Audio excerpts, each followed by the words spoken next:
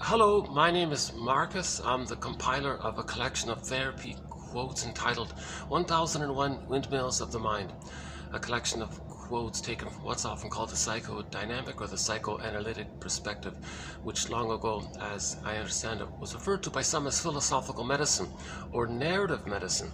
Emphasis on the word narrative, the theory being that if the child cannot accept what happened to him, meaning something happened to him, it was too much for his little mind to conceptualize, to recognize. So that's the scarecrow character, separate in the Wizard of Oz film. Oh yeah, you might be some distractions here. This is going to be another sauna. I'm going to need to do a few AC runs instead of visa runs. I need to go to another floor and cool off and do an air conditioning run. So when there's no function, they don't use the AC here. But fine, I'll take it. I'll happily take, you know, the space here. So by the way, yeah, I got another sort of subway kind of view here. So it's kind of interesting. So we'll see a few subways pass by. Yeah.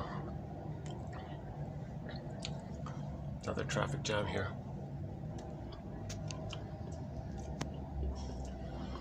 So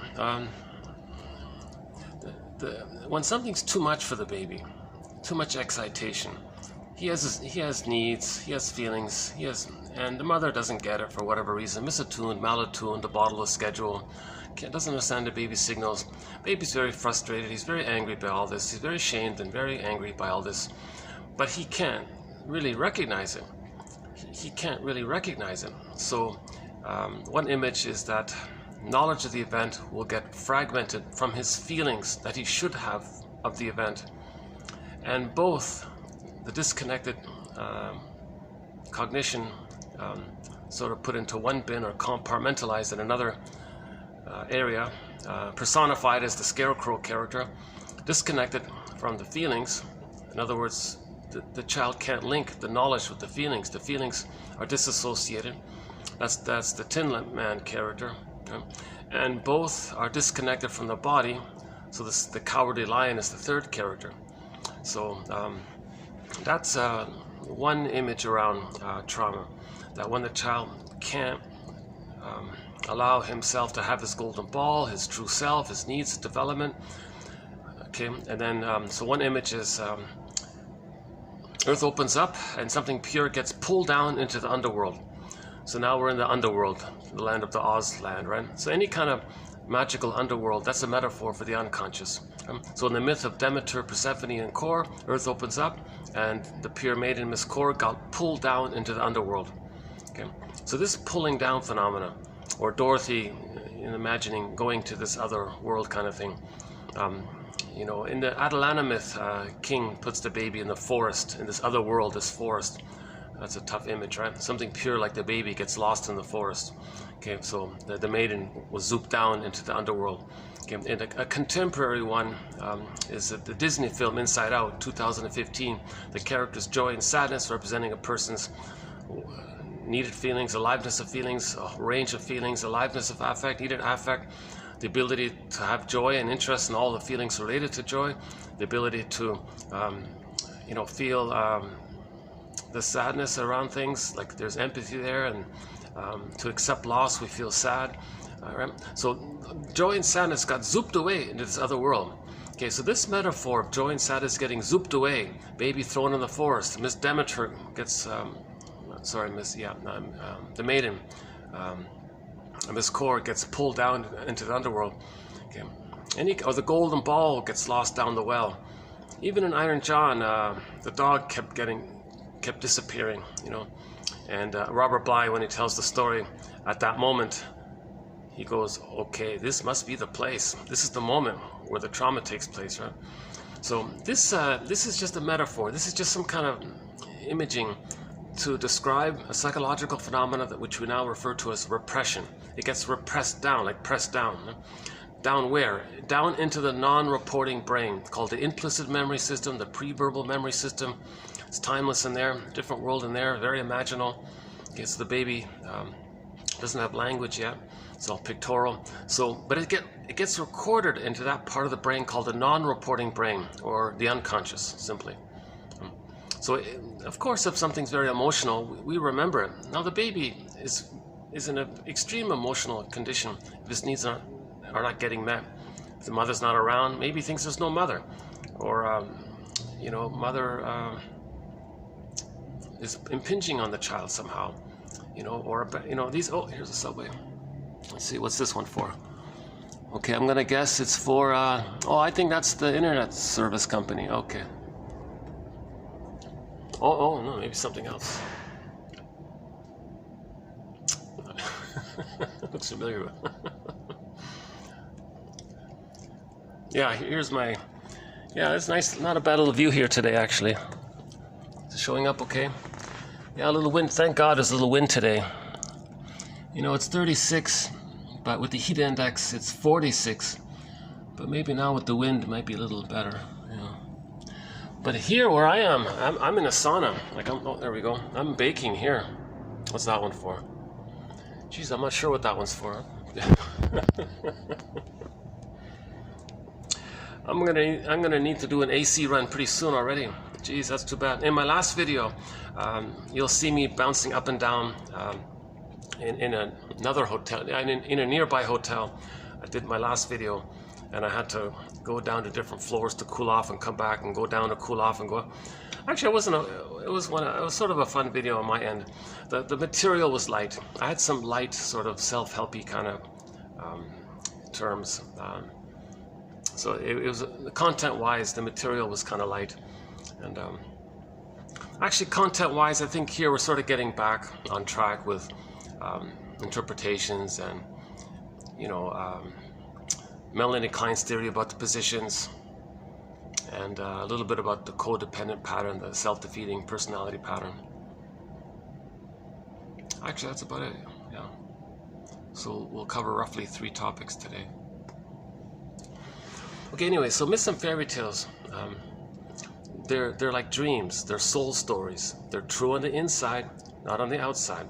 Every character in a myth or a fairy tale represents fantasized imaginings or personifications of aspects of ourselves. For example, in the myth of Narcissus. Right? So there's 2 main characters there, Narcissus and Echo, but they're not separate characters. What's this one here? This one. Parfum. Oh, it's for perfume. I see. Oh, there's somebody here. See, somebody. I might get somebody coming up here. This one is for. Okay. I think that's for it's either for an app or a cell phone or something. Geez, I'm really missing him today, right? 2 videos ago, I pretty much. This is my third time to be nearby where the subway, the sky trains are passing by. Bit of a novelty for me. Okay. Okay.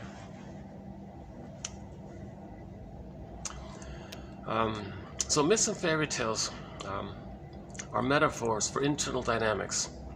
They're true on the inside, not on the outside. Okay, so for example, in Narcissus, okay, so the story there is that the character Narcissus looks into the pool of water and he sees a reflection of himself and he's transfixed there, he's one there.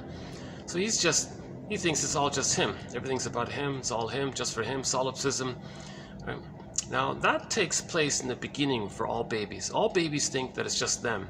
Theory is, in the uterus, nobody's presented the theory that the baby understands that he's a separate person inside his mother, who's a separate person.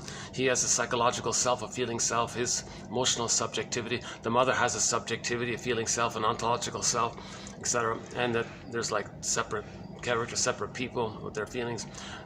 No one's presented the idea that the baby has that understanding, that he's a person, the mother's a person, there's 2 separate people there. Theory is, most people believe that the baby's in the amniotic sac, and his eyes are closed, and he's floating around in there, and he has his feelings. He's very alive. He's not traumatized. It's called the oceanic feeling, oceanic bliss, oceanic oneness.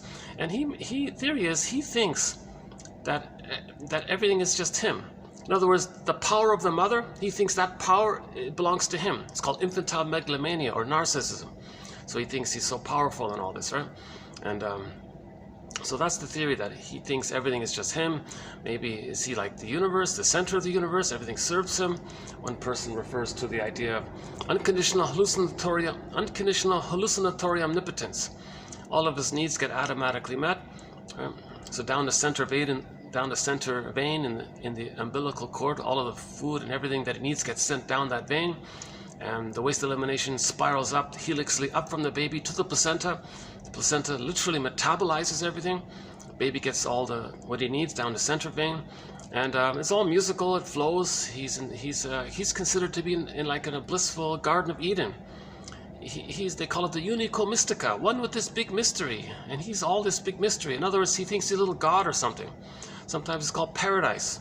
Or he's like in the Garden of Eden, like Shambhala, Shangri-La, some kind of paradisical kind of condition. He's blissed out, he's happy. Number one, because he's one with the power, so he's strong that way. Number two, he needs to get automatically met, no stress. Number three, he has his golden ball. He can enjoy the present. That's happiness. If he can enjoy the present. You see, when there's trauma, we're afraid to enjoy the present, but the baby isn't traumatized yet, right? Again, assuming there's no prior prenatal trauma taking place, assuming everything's okay, he's in a happy state.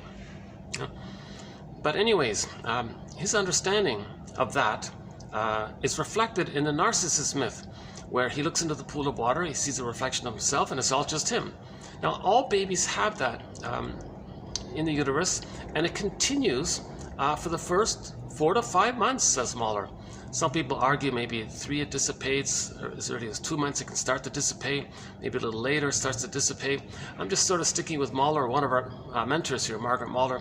She says on average it'll start to dissipate at 4 to 5 months if, the condition is, if the child is seen by the mother, emotionally loved by the mother, the baby felt loved by a mother. There's a mother who loved him. He was loved by a mother. So there's a mother and there's a him. He had the experience of having been loved by a mother. This leads towards, so roughly 4 to 5 months. Now the child gets it. Oh, there's a mother who loved him, who saw him, who took care of him and all this.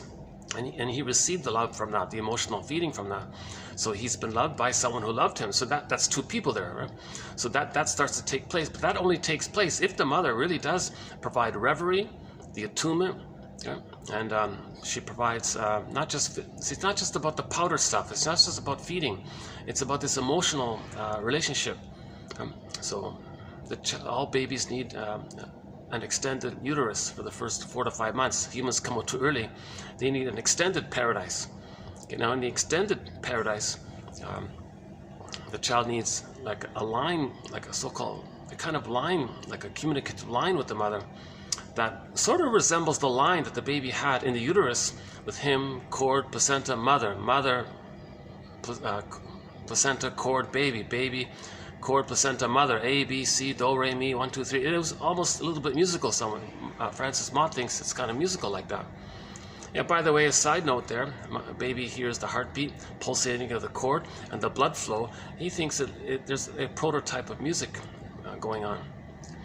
Okay, I need to do a AC run here. So I'll do my first AC run here.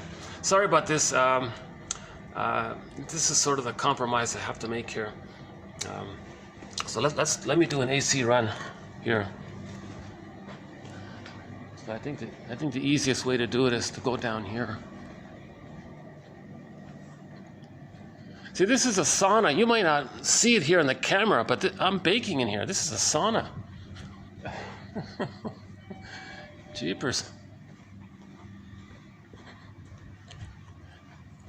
Having a massive place, yeah, I could really hold a nice function here, right?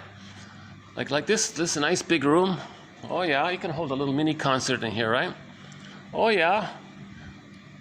How about Beatrice Deer gives us a concert here? I tried to play a song by Amy Mann recently called Voices Carry, but YouTube blocked it. But yeah, it'd be a nice little concert venue. Huh? Let's just go down one.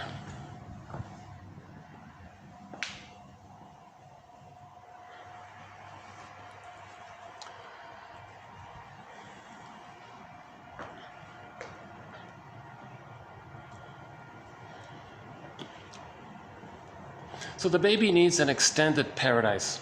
Right? Baby needs the attunement. Now this attunement with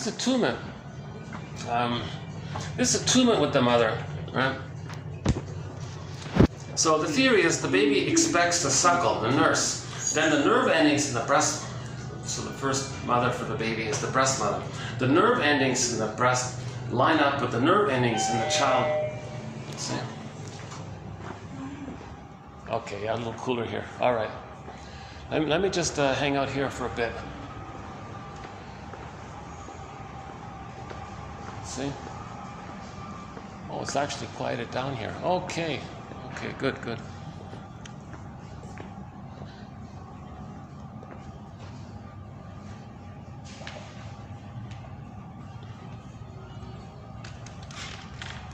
Just sit here a bit. I thought about doing it here, but there were people still having their meals and things. So I don't ever want to get in anybody's way or something like that, right? No, see, already the waitress is coming already. So it's hi. Everything's okay. I'm just gonna sit here for a few minutes. Yeah, thanks. Yeah. Actually, a nice little restaurant here. Yeah. Actually, this hotel seems a little more affordable. Actually, we did do one video in this hotel. Maybe 4 videos ago. I did a video at the top floor, in the restaurant, the wine, they had the wine barrels all around. That one there, that was okay, yeah. But yeah, there's no AC there. Anyways, I gotta sit here for about at least a good 5, maybe 10 minutes to cool off here.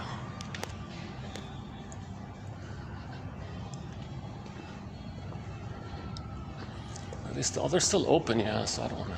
Oh yeah, they're still open. Oh, there's still some guests in there, yeah, okay.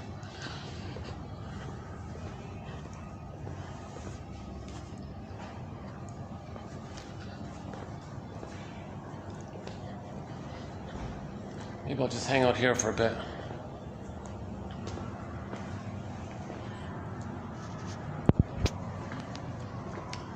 Just hang out here for a bit.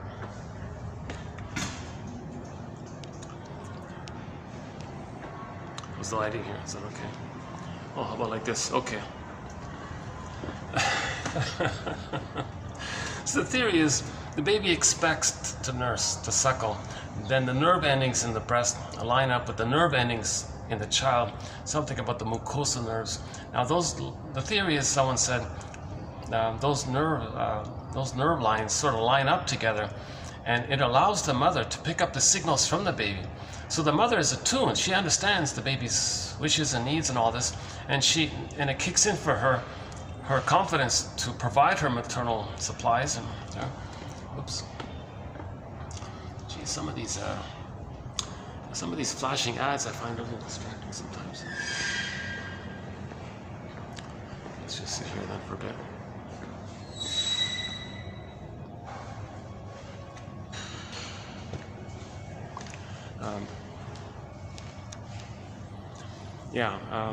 So the child expects what's called attunement with the mother, where the mother's attuned. She picks up the baby's signals, and then she provides what the baby needs automatically, pretty much instantaneously. So it kicks in for her, that ability, if the lines line up. So the breastfeeding is necessary. Again, my disclaimer, I'm not a doula, I'm not a midwife, doctor, professor, social worker, shrink, analyst, none of these things.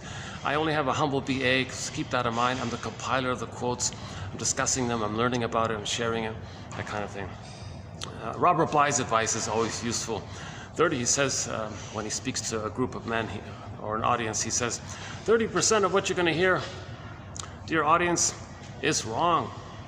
It's up to you to figure out which 30%,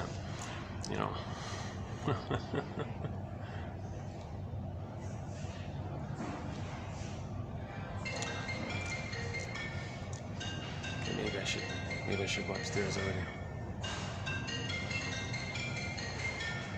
Yeah, okay, I'm cooling off a little bit. Give me another couple minutes here, yeah.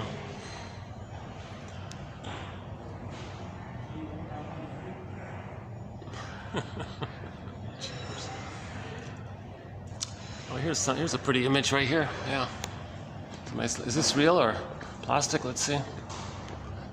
Oh no, it's probably plastic. Yeah. Okay. That's nice. Yeah. Roses mixed in with the blue. Oh, that's nice. Yeah, that's nice. Nice combination. Yeah.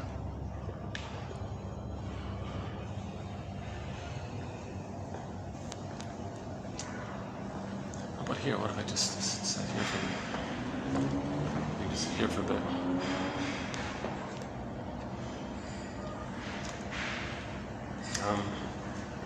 See, here's the smokers area, but it's even hotter out here, right? If I go to the smokers area. Yeah.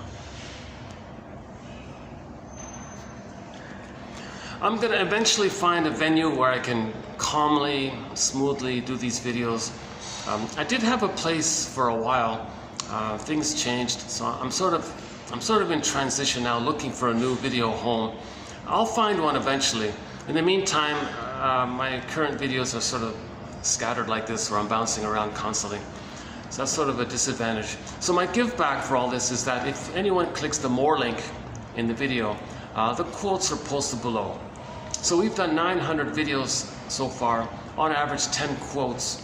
So one could get 9,000 quotes from the collection, just right here on this YouTube channel. Now for convenience, one can go to the Ko-fi page, www.buymeacoffee.com/psychoanalysis, and one can get the complete encyclopedia, the whole thing, 10,000 quotes, you know, and they cover 50. Now it covers 57 topics, and you know, depends. The most recent one we talked about is role responsiveness, passive aggressiveness, you know, projection, projective identification, reaction formation, rationalization, the issue of symbiosis, various personality patterns. The body bears the burden one, the psychosomatic one, emotional eating, interpretations of myths and fairy tales. We have a very fun thread on self-help exercises and quotes. So that's kind of a fun one. How to make an I statement.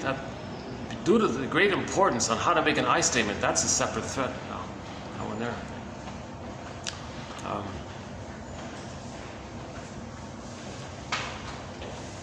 Hi. How was the food here? Good. Yeah, good, great. Good to hear. Yeah.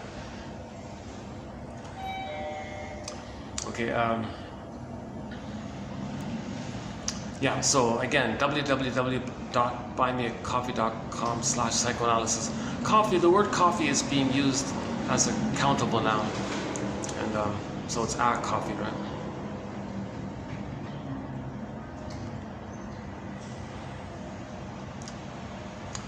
Oh, they're a lucky couple. They pretty much have the whole place to themselves. It's funny about this, eh? Sometimes you'll find a nice restaurant and it's not busy. Sometimes you'll see like a mediocre one, but it's packed, right?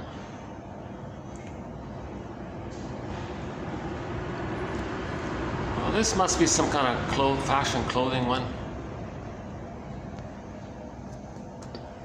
It's my second time. I'm really liking these two new hotels I found. So.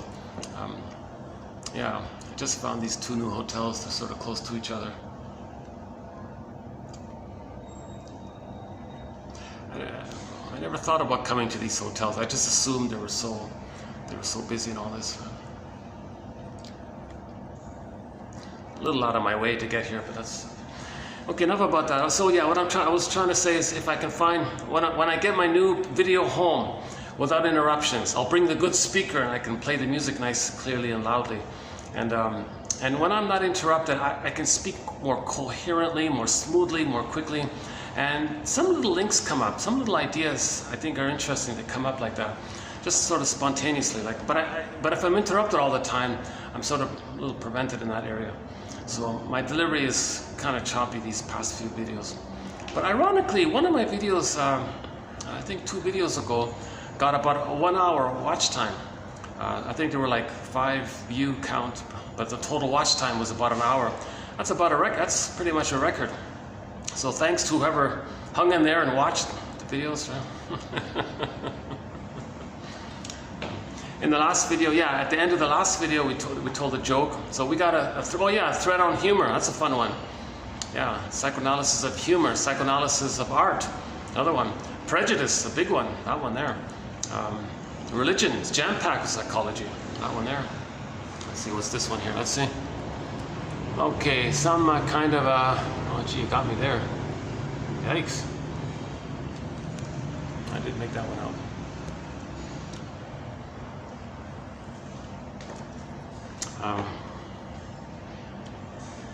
Yeah, so for convenience, one can get the file. And another perfume one. Oh, it's a different perfume one. Oh, it's two perfume ones, eh? Jeez.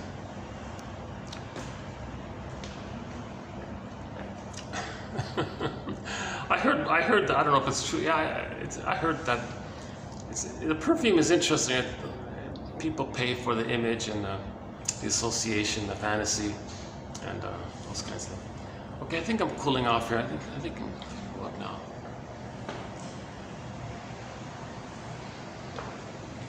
Maybe go back here for a bit. Oh yeah, here it's cooler. Okay, let's go back here for a bit.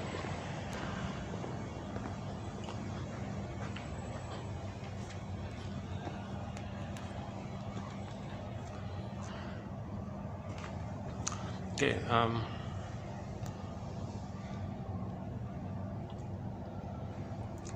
okay, so let the music play on. The baby needs that kind of music with the mother, some kind of rhythm with her. If that's missing, okay,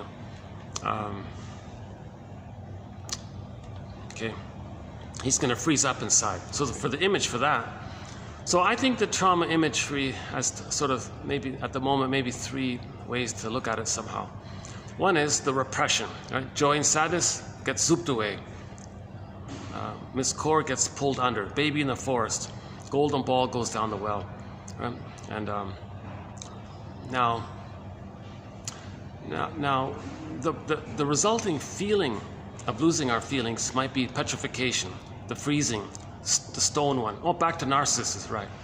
So Narcissus looks into the pool of water and he sees a reflection of himself. That just makes the reference that in the beginning it's just the person thinks it's all him, it's all one. It's called solipsism. Everything's for him, it's all him. He's a little god. Everything's for him. Everything serves him. Right? Sound familiar with the narcissistic pattern? They think everything's utilitarian, should serve them, and they send out their metaphorical waste on others, and they want to be seen in a good light. Right? The baby sends out the waste, wants to receive goodness. So there's still sort of an extremely selfish attitude, right? And it's understandable for the baby. That's normal for the baby to have that. Oh, it's nice to have the flowers there. Oh, let's get the flowers in the background. Well, how does that work? We get it there. Oh, all right. Let's just do it this way. Oh, there we go. We got the flowers. Oh, that's much nicer.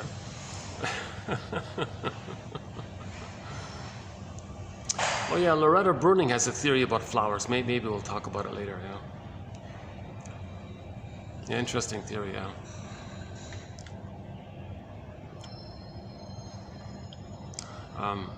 Oh yeah, so Narcissus.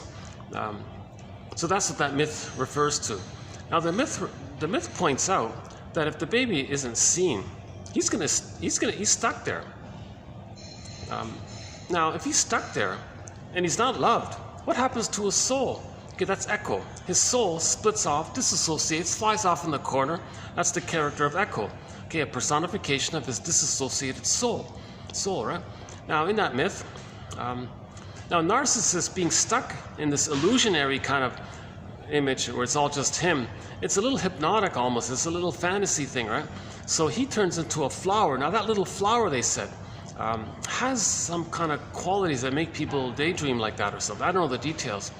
So Narcissus comes from the flower, Narcissus flower, and that Narcissus flower comes from the Greek word narke, and there's a root, it traces back, they said, and that flower, I don't know the details about him, can make someone a little dreamy-like quality. So he was sort of in that dreamy-like quality where it's all just him.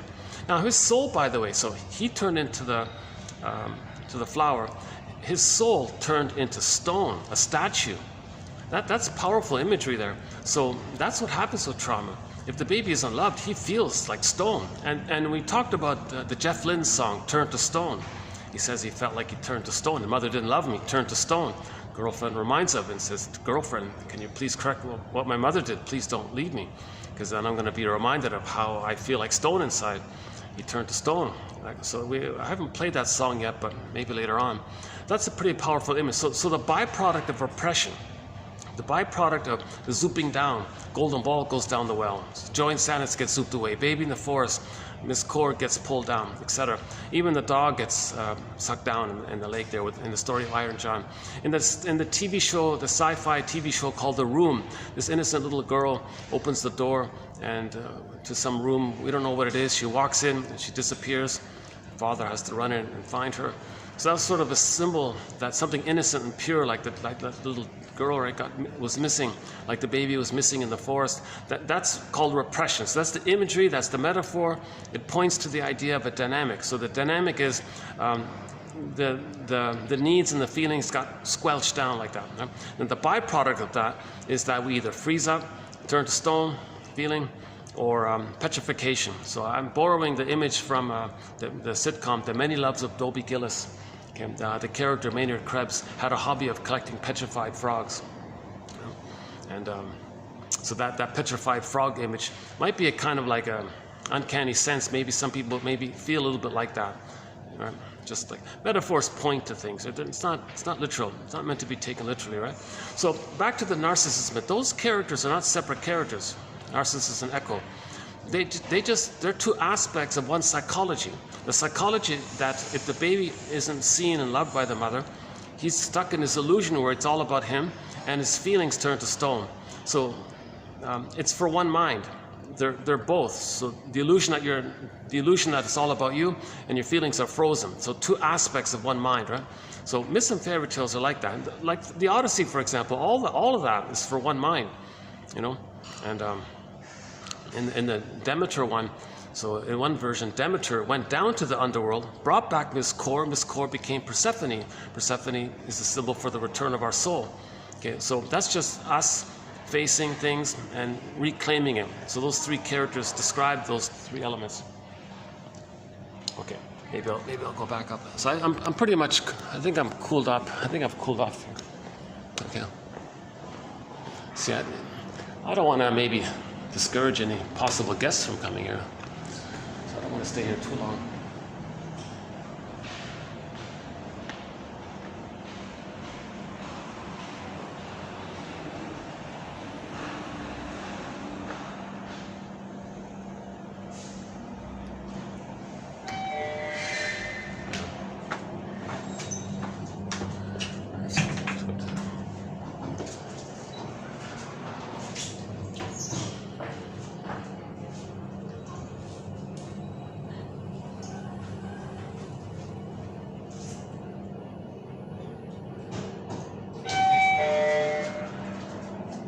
Oh, here's the sauna. Oh boy, back to the sauna. Okay, at least I can cool off fairly easily. That's okay. All right. Okay, I feel better here at least because I'm not going to disturb anybody. Oh, that's an AC. Oh, that's an advertisement for an air conditioning service.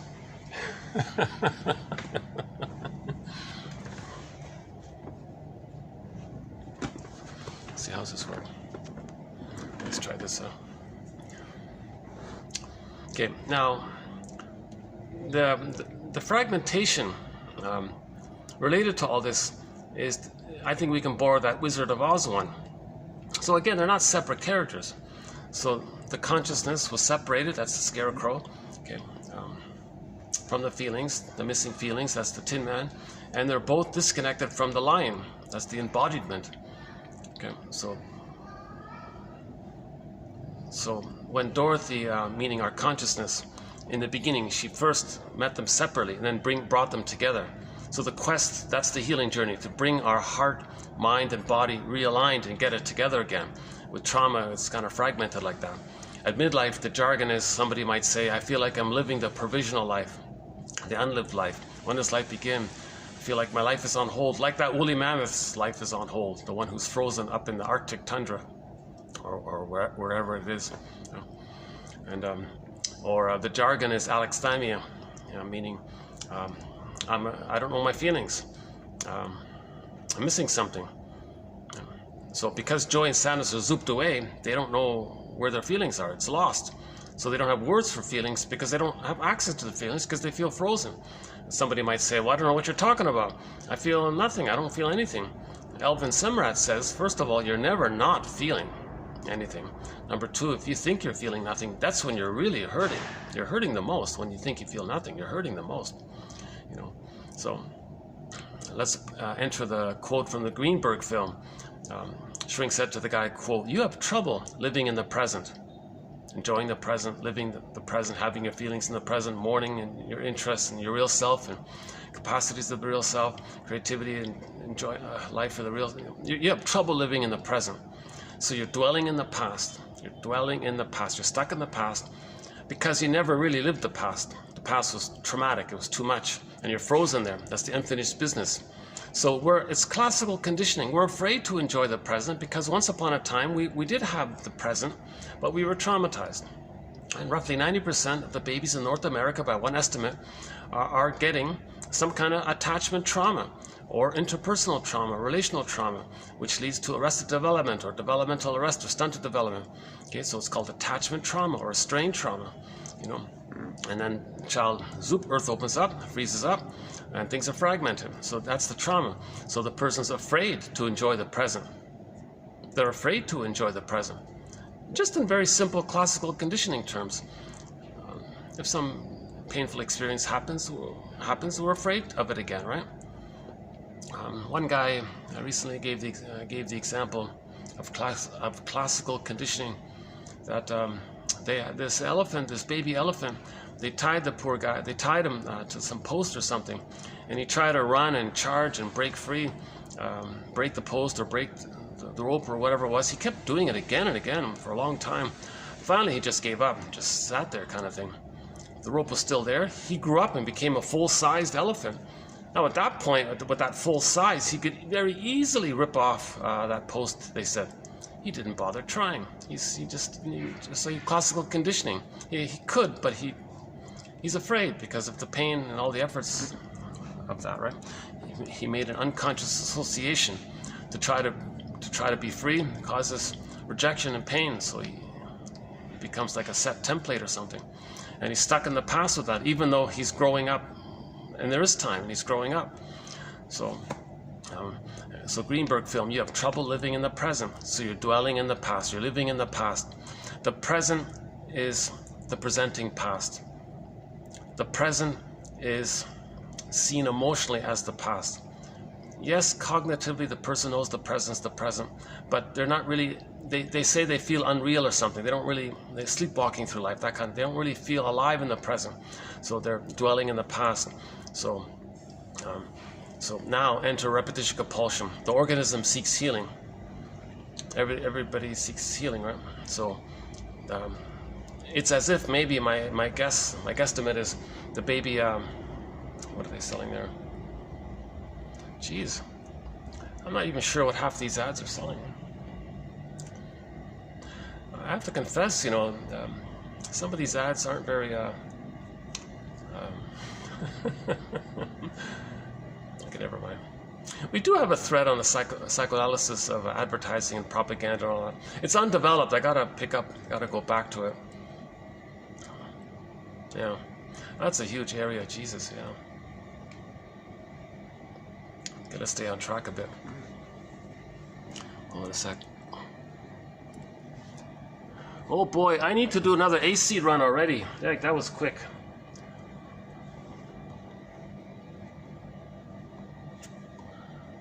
Back in the sauna, huh?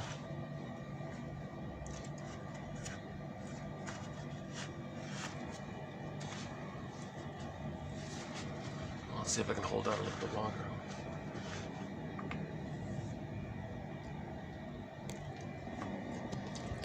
So this is a very important thread in 1001, Windmills of the Mind, this theory about repetition compulsion. It's as if my guesstimate is the baby had a bad experience. Baby says, wait a minute, I can't have this experience. No, I don't want this experience. Play it again, spin it around, because the baby doesn't understand time. Now the organism seeks healing, so I don't want this outcome. I want a normal outcome. I want a loved outcome. I want a happy outcome. So spin it around. So he'll try to, so the theory is he's going to repeat the thing. But how does he repeat it? It doesn't make sense. There is time. So all he can do is convert the present into some kind of symbolic staging, some kind of as if make-believe that represents the past. And then he'll see the present in terms of what happened in the past. Now in the past, he created a template, mental template, psychological imprint, a core conflictual relationship theme, CCRT, role reciprocal procedures, some kind of object relations unit, self in relation to other and the feeling around it. He creates some kind of like a mapping there, some kind of structure in his mind, right? Endopsychic structure, architecture of the unconscious. He creates some kind of template, script, schema, working model, that kind of thing. So that's in response to the trauma, he created that. So he's going to see things through that because he's frozen there. He's frozen with that painful script. So he's going to distort the present, misuse the present, misunderstand the present, misinterpret the present, make up the present if he has to somehow superimpose that stencil onto the present, make the present fit the past, so he can emotionally relate to the present as if he's still in the past. And his fantasy is that if he can replay what happened in the present being just some kind of symbol for the past, but the baby mind doesn't understand time. He wants to replay it, so the baby mind hopes that he can get a better outcome, a new outcome, a loved outcome. So maybe another part of the mind has this fantasy that, oh, maybe in the present, somebody can be the good mother that should have existed in the nursery in the first place. That's ridiculous. Nobody in the present can be the good breast mother that was needed in the nursery. Oh, that one's got no ad on it. Okay.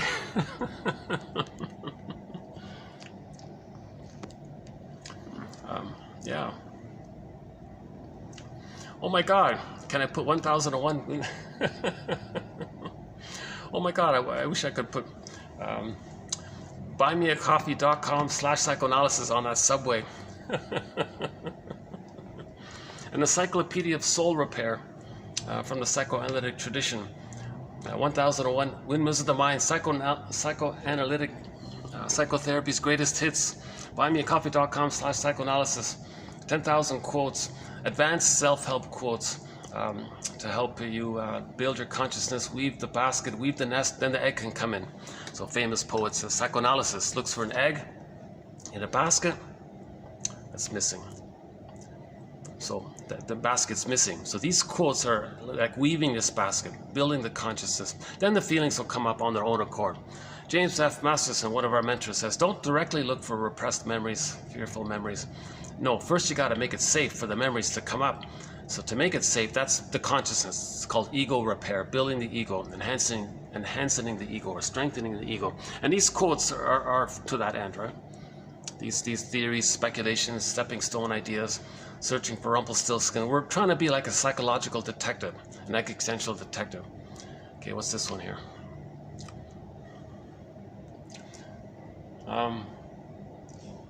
Oh, this is some kind of film, right? Some kind of movie. I see. Okay. Some kind of scary movie, huh? Well, maybe not. Maybe it's... Looks like some kind of mystery kind of film or something. So yeah. Does it work? Like, does it prompt someone to watch the film? Maybe.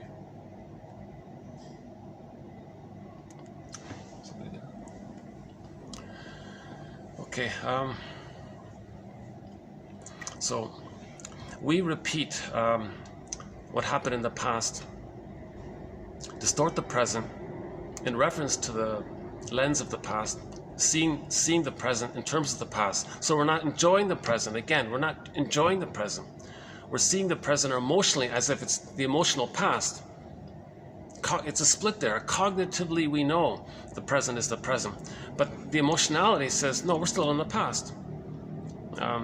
You're going to be rejecting or or he'll be the rejecter and he'll shame others to replay how the mother shamed him.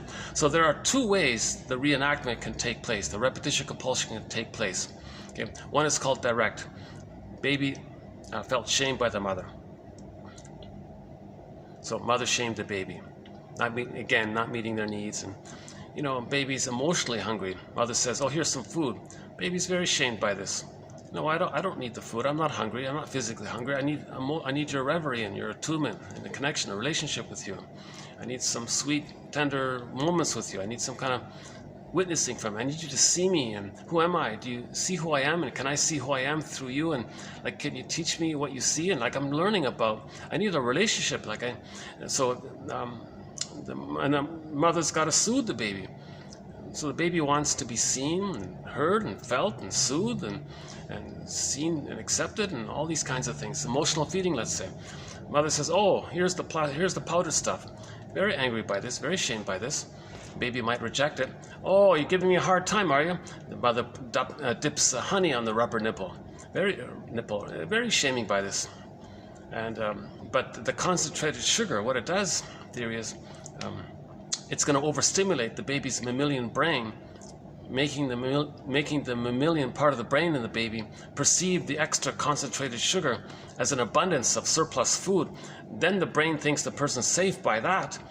Then when the mammalian part of the brain perceives safety, it sends the person serotonin. Okay, that one we recognize. Huh? Gee, that's a pretty... Yeah, some of these ads aren't very appealing, huh?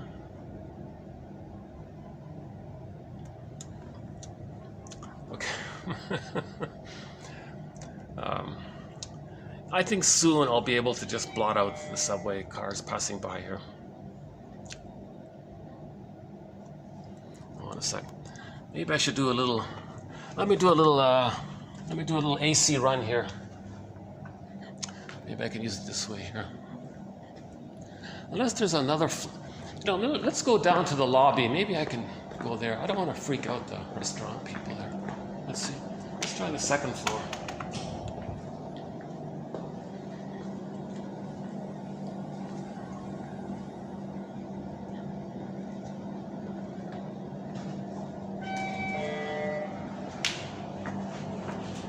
Let's try this one, the second one. What's here again?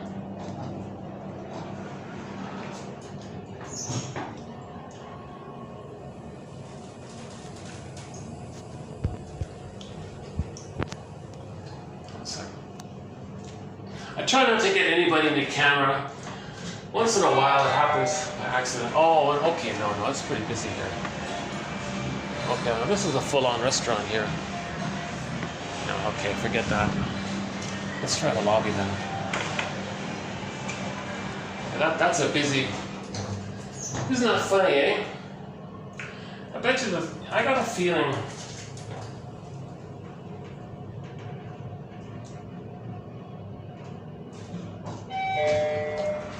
Here's the main lobby here. Let's try this a bit. Yeah, okay, it's not so busy here, actually, right now.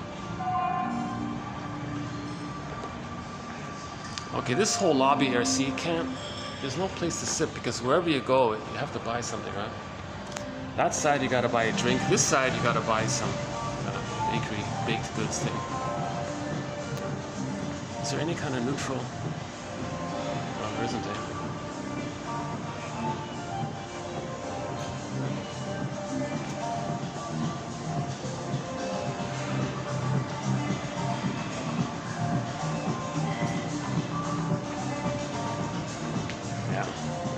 Okay, let's just stick with the third floor then. Yeah, that's the best thing. All right.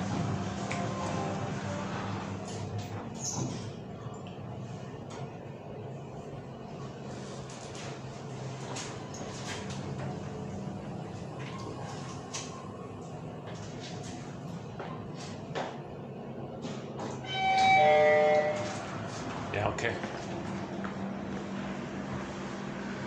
Let's just go back here.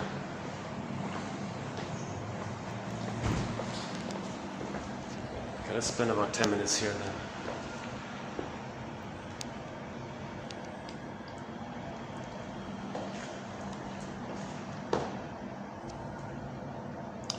So we were talking about the baby feeling shamed, and reenactment. So the reenactment can take two forms. Okay, mother shames the baby, he's traumatized, he's frozen. He's going to replay that. So he'll go through life casting other people in the present into the role of the shaming mother. Okay, because he created a template, he created a working model, he wants to superimpose that model onto others. So he'll coax others, induce others, maneuver, prod others, let's say, try to convince others to play the role of the reshaming mother. So they may make themselves in an unappealing way to coax the other. They call it like role suction, like they want the other one to be sucked into a role that you're trying to cast them in, like a theater thing. So direct reenactment is that the other person is going to be the shaming mother. So they're going to make themselves unappealing and get the other person, self-fulfilling prophecy. Finally, the other person says, gee, you're hard to be around or something. You're not following through. I can't trust you. Bye-bye, I'm going to reject you. Oh, okay. Well, that's the template. Mother rejected them. So they want to get others to reject them, unknowingly, unconsciously. Okay. Now, every time they do that, they have this sort of fantasy that when they do that, that somehow, magically, they can change the past, undo the past, correct the past, get the needed love past. It's ridiculous because nobody in the present can pick up the communication, invent a time machine for the person, take the two of them, enter into the time machine, zoom back to the nursery, and the other person becomes the good breast mother. The projector becomes the baby again. Okay. Now the good breast mother provides the wiring and the soothing and the reverie and the witnessing. Okay. And the baby gets the wiring and the experience laid down. Okay. They hop back in the time machine, come back into the present, morph into their respective roles, and then the projector says, "Hey, wait a minute! I don't need to replay the past. I was loved. I can enjoy the present, and you're here in the present. So I'm okay, you're okay. We can enjoy something realistically in the present. I don't need to distort you into the role of the past, because if he's doing that, he's not enjoying the present for the present. And the person doesn't feel seen by that. You just want me to play some kind of role, or what is this? I don't feel that you are with me in the present here." So that's the fantasy, that he can go back, get his love needs met, come back into the present, and then enjoy the present and not see the person in the present as the needed good mother that should have existed with that kind of fantasy like that.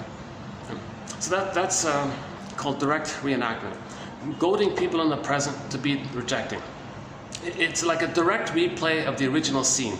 Mother rejected the baby. Okay? Get others to reject them, kind of thing. So there's a lot of little things about it. That's sort of the basic of it. It's called direct reenactment. TQ 2614 and up to 16, we talked about role responsiveness, the idea about how to kind of nudge another person into that role. And there's a whole area around this thing called role responsiveness, and wanting to kind of get other people to play that role from the past, from the working model. So we want people in the present to be like an actor representing the memories of the past, kind of thing. A more painful way of the reenactment is called identification with the aggressor. If the baby's so shamed by the mother, he feels so empty by her, he does a very drastic thing. He's going to project his own soul, his lost, wounded soul. Yes, it's wounded. Yes, it's painful. But he says, I can't have it. It's too much.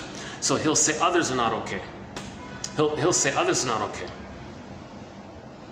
Okay. Now he's in the vacuum. He's got no identity aside from the grandiosity. Remember, the grandiosity only dissipates if he's loved. So if he's not loved, he still has the grandiosity of the narcissism.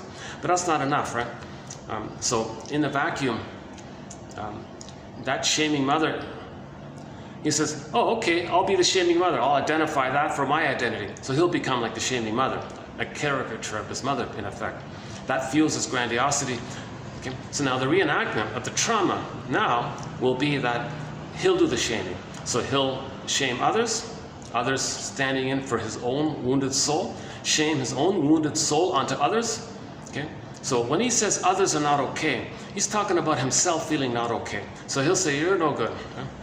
But he's talking about himself. It's seen outwardly. Because that's his identity. He's identified with the aggressor. Mother shamed him. Okay? then he's going to shame others to reenact, to restage, to reorchestrate, okay, how the mother shamed him. Okay, again, mother shamed him. He identifies with the aggressor, sees his lost, wounded, empty soul or whatever onto others, says others are no good.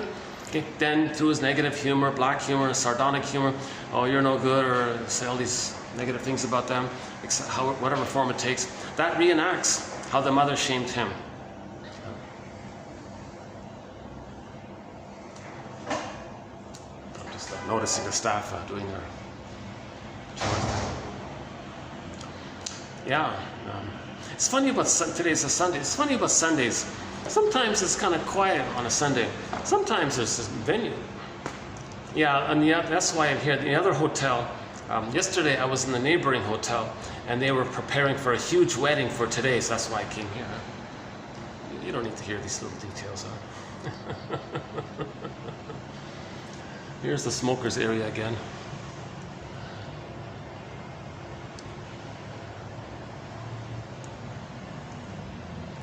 Yeah, I like the nice blue there. I like the blue sofas. Yeah, those are nice, yeah.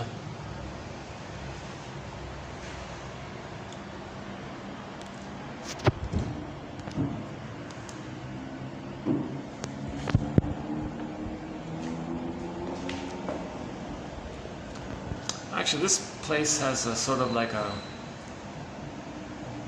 lunch buffet, like a mini one and a main one.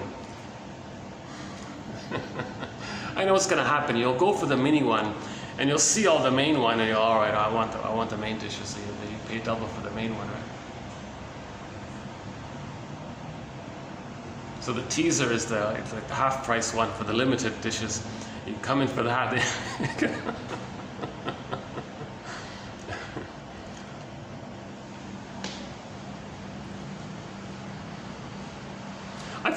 I feel a little sympathetic for this hotel for some reason. I feel a little more relaxed here for some reason.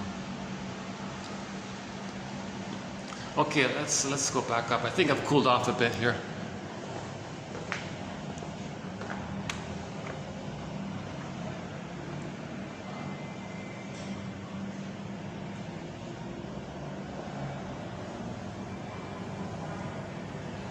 Okay, so we were talking about the two ways the reenactment can take place. Now, in today's video, we're going to talk about Melanie Klein's theory about the positions, because it sort of ties in with this trauma, the positions. So, when the baby's traumatized, a few things are going on as well. Hold on a second. Back to the sauna. Okay, here's the sauna. It's too bad there wasn't a fan here I could just use. No fan.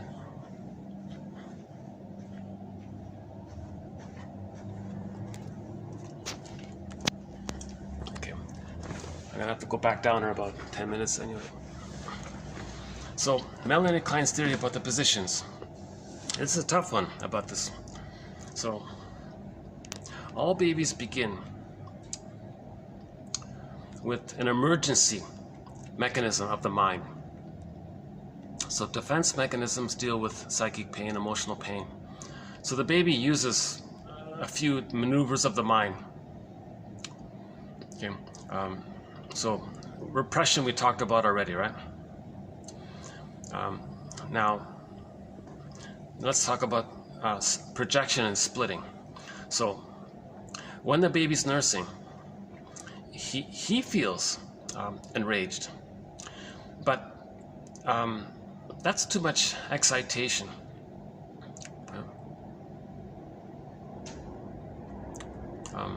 He's not getting his needs met. So first he's afraid. So in the Disney film Inside Out, first it's fear, then it clicks to anger. It's funny we don't mention fear too much because the fear gets overwhelmed too quickly and it goes to anger. So the baby's in a difficult situation. His little brain is going to send him lots of cortisol. Baby, you're in danger, run. Now the mind says, hold up, brain, mammalian part of the brain. I don't have motor skills yet. I can't crawl, I can't move, I can't go anywhere. So hold up, don't send me all these stress hormones. And the mammalian part of the brain says, well, you're in danger here. You got to run, flee, find a new mother, search for safety. You're being abused by your mother here. Find another mother or something. Run for safety here, kind of thing. And baby says, I can't run. And the baby says, well, then the brain sends more. Well, then fight with the mother. Persuade her, control her if you have to. I can't. I'm a helpless little baby here. I can't control them. I can't change her. I can't convince her or persuade her. I can't demand her to be a good mother. It doesn't work. Brain, hold up, will you, please? Mammalian part of the brain says, well, what are you going to do here? Okay, the ego, the baby's mind says, let me do this, brain. Mammalian part of the brain. The brain says, let me do this. Let me fool you. Let me trick you. What do you mean? Okay, well, I know you mean well by sending all the stress hormones, but I'll metaphorically implode or something. It'll be like putting the gas pedal to the floor, simultaneously pressing the brake pedal as far down as it can go. This revving and this stopping, the engine goes kaput or something. Engine implodes. I can't do all this, right? So mammalian part of the brain, I gotta work out something here with you. So it's defense mechanisms to deal with the pain and that anxiety. So mammalian part of the brain says, well, what are you talking about? Okay, let me do this.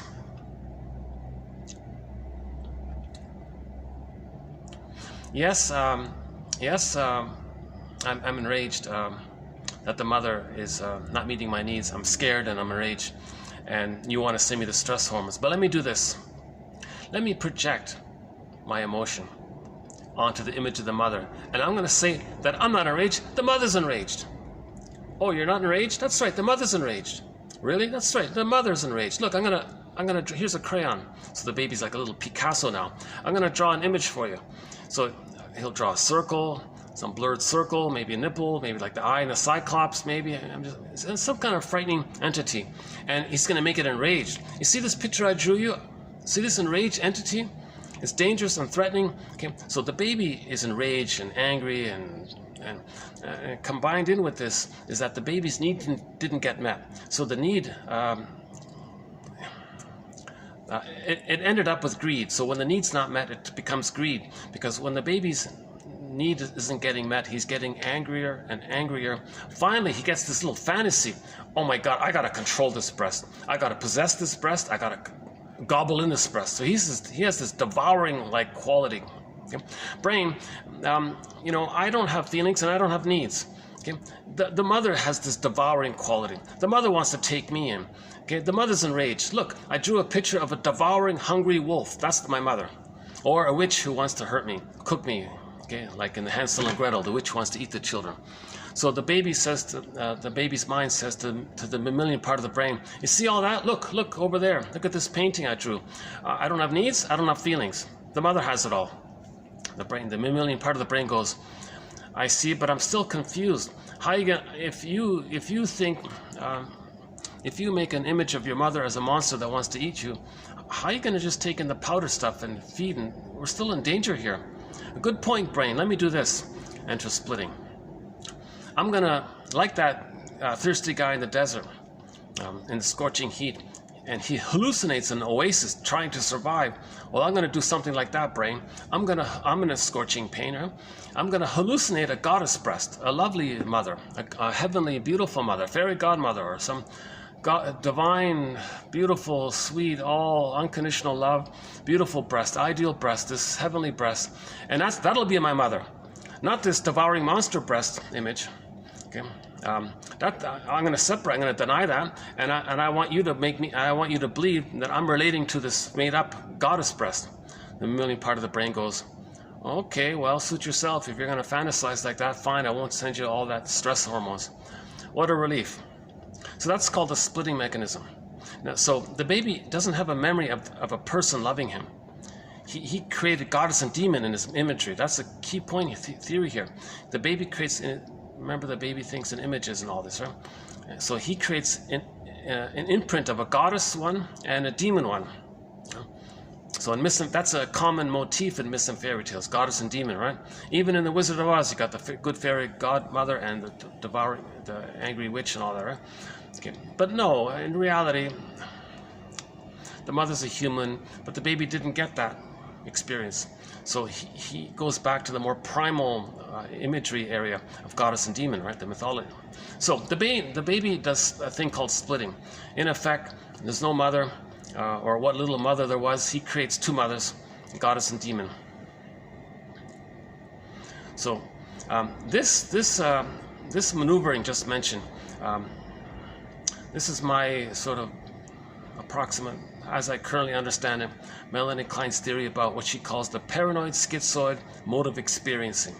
The baby's engaged in the paranoid schizoid mode of operating, mode of experiencing.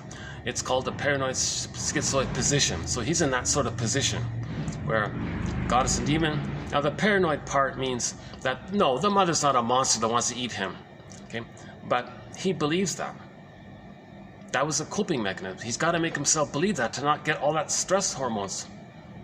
So he falsely believes.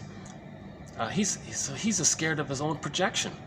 He projected his attributes of rage and devouring, oral greed they call it, put it onto the mother, and says the mother's enraged and has oral greed like the hungry wolf image. So that the result is that's the paranoid component of that phrase, the paranoid schizoid position. The mother's not trying to hurt the baby, but the baby's paranoidish like that because he projects that image outwardly like that. So he made himself kind of paranoid as a compromise to not feel that he has those needs. He projected it. So again, projection is a way for him not to feel the anxiety of what he would feel if he were to accept that he's enraged and his greed is, his needs are not getting met. It's too much excitation. Again, he can't flee, he can't fight, so he's got to project it out like that. So he ends up with this kind of compromise where the mother's a monster that wants to eat him, okay, and then the splitting, okay, so the paranoid schizoid position. So the schizoid part of that phrase refers to the splitting, unreal, right? So there's the goddess one, right? So that's called the paranoid schizoid mode of experiencing. Now this is temporary, it's very brief. It should get resolved just in the first few weeks, and it becomes existential hearsay. It's all sorted out, everything's okay. Baby has an image of the mother who's loving and frustrating, and that's okay. It's a human with two sides. He can handle it. But notice in the myth or fairy tale, the goddess and the demon, they're seen as separate characters. Wizard of Oz, good fairy godmother, and the evil witch and all this, they're seen as separate characters. But no, the mother's one person with two sides. The baby can't do it. So with experience, the baby can do it. Assuming the mother is more loving than shaming, the baby finally comes around to the conclusion, oh, I see. Mother's a person. She's not perfect, but I can see that she cares and loves me. Sometimes she does it wrong. But I remember that she does love me a lot, and sometimes she misses it, but I remember that she loves. So he can sort of handle that confusion and the ambivalence. That's key there, that he can see the two sides of the mother. He can see the two sides of the mother, the two sides of the coin. He can handle that ambivalence. Now this only takes place if the mother is more loving than shaming. But if the mother is more shaming than loving, he still keeps on using that splitting. He's stuck there with that splitting mechanism. Now splitting precludes differentiation. The problem with being stuck in the paranoid schizoid mode of experiencing is that he's frozen. If he's frozen there, oh boy. Well, number one, he doesn't differentiate. Okay. For the child to psychologically know himself and be different, he's got to be loved to feel safe enough to have that differentiation. In the beginning, remember, it's undifferentiation, fusion, oneness, symbiosis, merging, dual narcissism, all just mother's him, he's mother, to one. He needs enough love to feel safe to have that natural phenomena that he's a person, mother's a person. Okay. So if he's still using splitting, that means he's holding on to, he's still dealing with the mother shaming him all the time, and he's got to split things all the time. So he doesn't have like a human experience with the mother, really, in this theory. So that implies that splitting is going to prevent differentiation if he's still using splitting. The more traumatized the baby is, the more the person's going to grow up with either or thinking. That's the source point of this goddess and demon imagery. All great, idealized or devalued, wonderful or terrible. It's either or thinking. So perfect or forget it, all or nothing. These kinds of either or kind of black or white thing, these kind of overly simplistic attitudes to situations. And then it can lead to prejudice, because they're going to say, well, some people are okay and others are not okay. So we, they, now you're getting into this either or. It's a false. We're all one we're all one big family. We all came from the Congo. We're all an evolution of Homo bodoensis. Took a million years for us. We used to be Homo bodoensis by one theory, and so we, all of us, as prior Homo bodoensis developed, it took a million years to get the cortex, then we call ourselves Homo sapiens. But then 10,000 years ago, we became a traumatized version of ourselves. So what we're dealing with is, we're Homo traumicus. We're still Homo sapiens, but a traumatized version of Homo sapiens. I'm just going to call it Homo traumicus. So another one calls it Homo economicus, because the greed and selfish and all this. Well, there's the ad for the air conditioner. Huh? Perfecting the air for all. That's their slogan. Huh?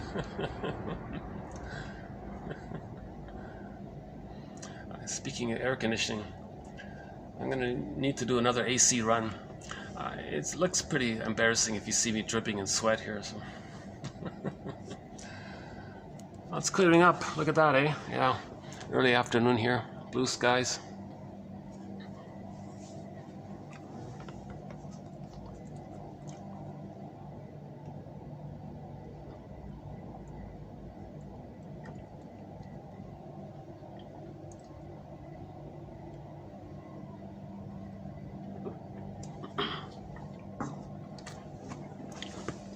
Yeah, let me do an AC run here. Sorry about that. Maybe maybe it's better if I go down this on this end. Let's visit the top floor. Let's see what it's like up there at the rooftop. Yeah, let's take a look. It's closed, but maybe I can just hang out at the lobby area.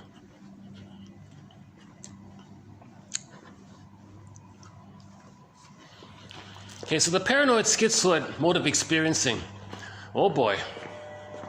If a person is stuck there, okay, that means they never really entered into the merging with the mother, like a safe merging with the mother. So they didn't get their symbiotic needs met, right? That's going to lead to a variety of personality patterns. So from the paranoid schizoid mode of experiencing, okay, from the paranoid schizoid mode of experience, let's try this way. Yeah, okay. Please stand clear of the closing doors. Oh, stand clear of the closing doors. They make it sound like you're on a train or something.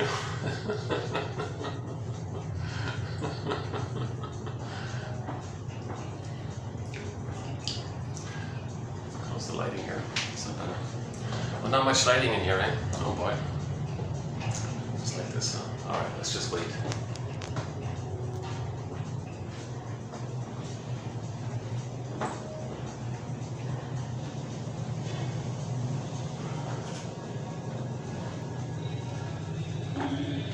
Oh, I hear music. Uh-oh.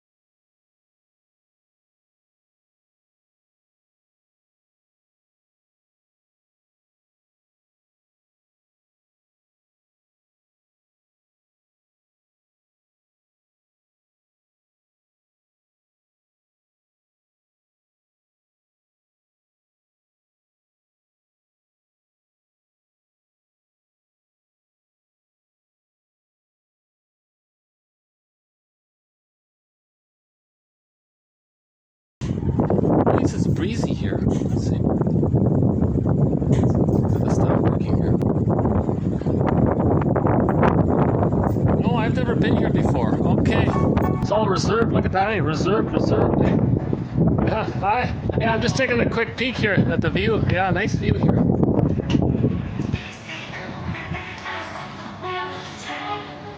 All these tables are reserved, eh? That's the way to do it, eh?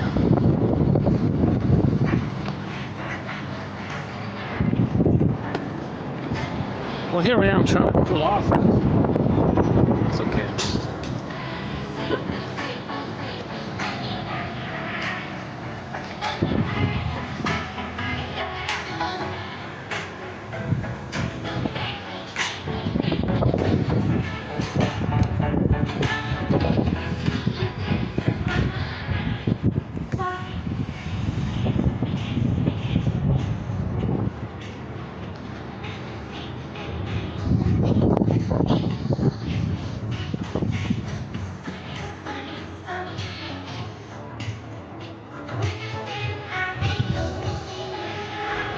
Okay. Not open yet.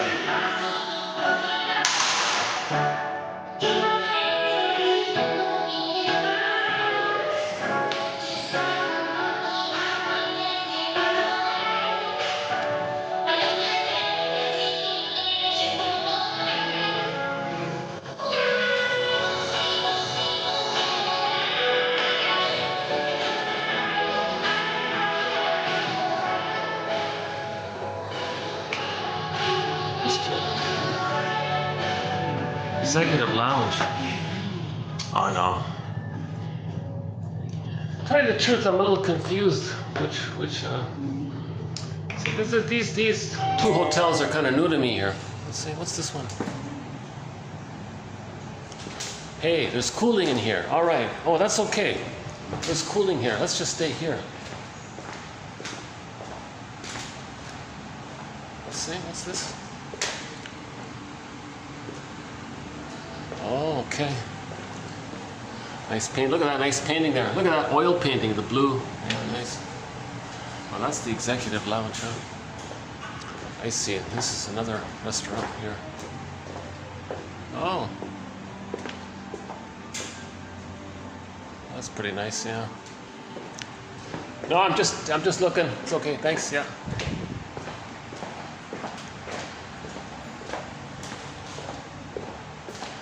Okay, at least there's some AC here. Let me hang out here a bit. Or, okay, let's try. What's this other one? I gotta find a new a place to do my AC run.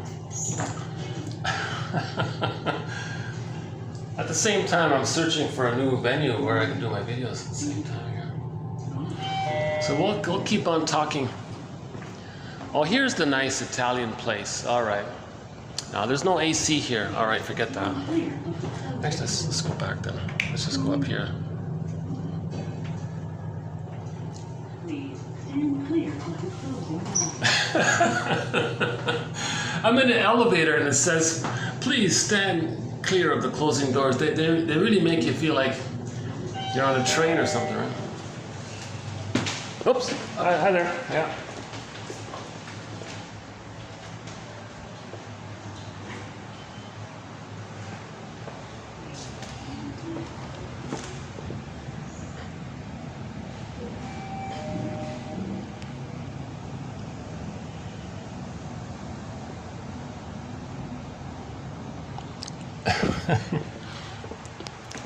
It's just slightly cool here. It's not really fully cool here, but let me try to cool off here a bit.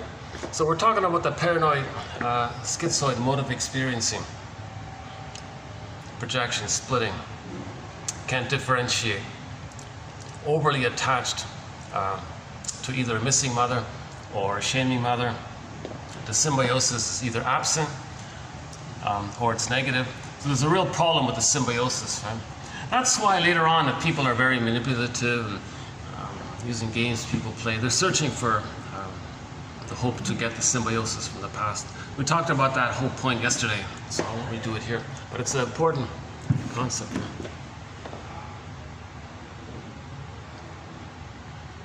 Okay, see, there's a nice rooftop place. It's outdoor though.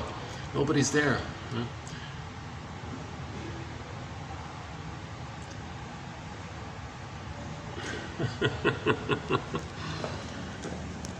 Actually, that pool looks kind of refreshing, eh? I feel cooler just looking at that pool, right?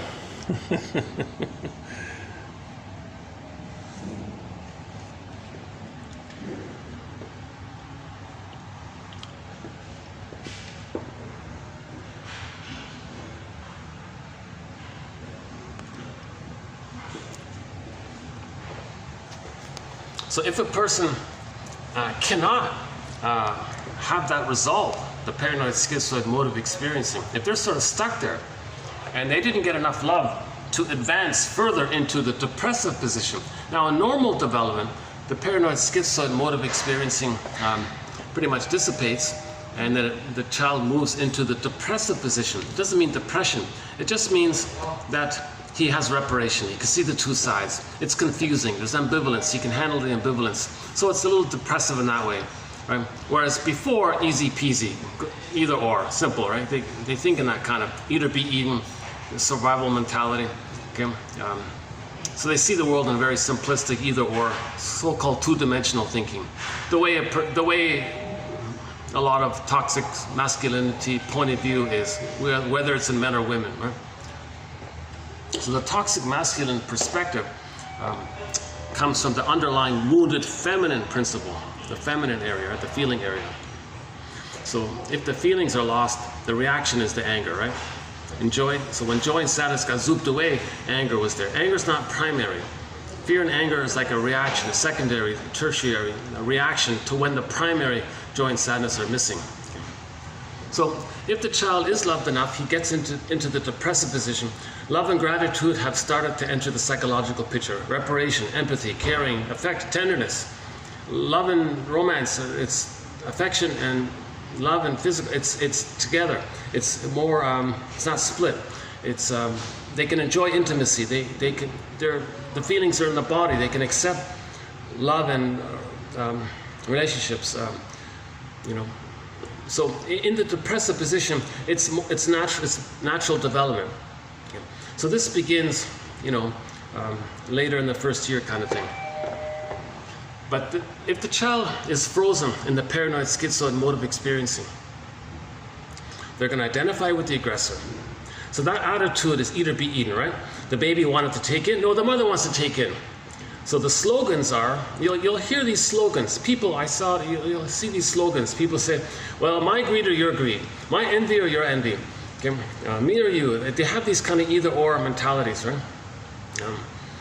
It goes back to that babyhood trauma. I gotta eat, no, I can't eat. Mother wants to eat me, eat or eat, be eaten. That attitude is the desperate trauma point of view of the mammalian part of the brain, right?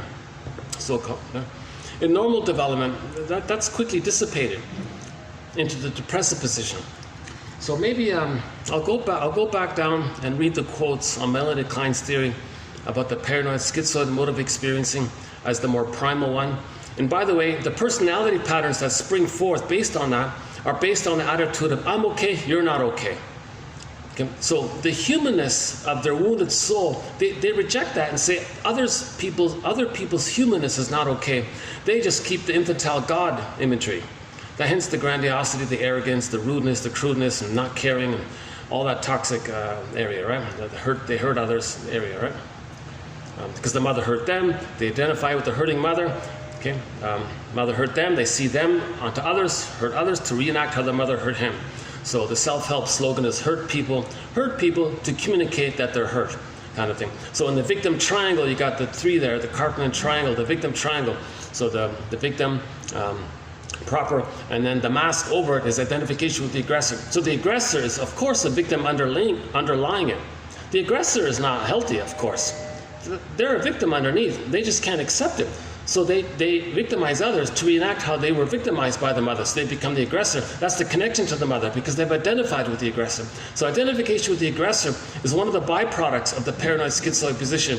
And they forget about the more human, quote unquote, human side of being human.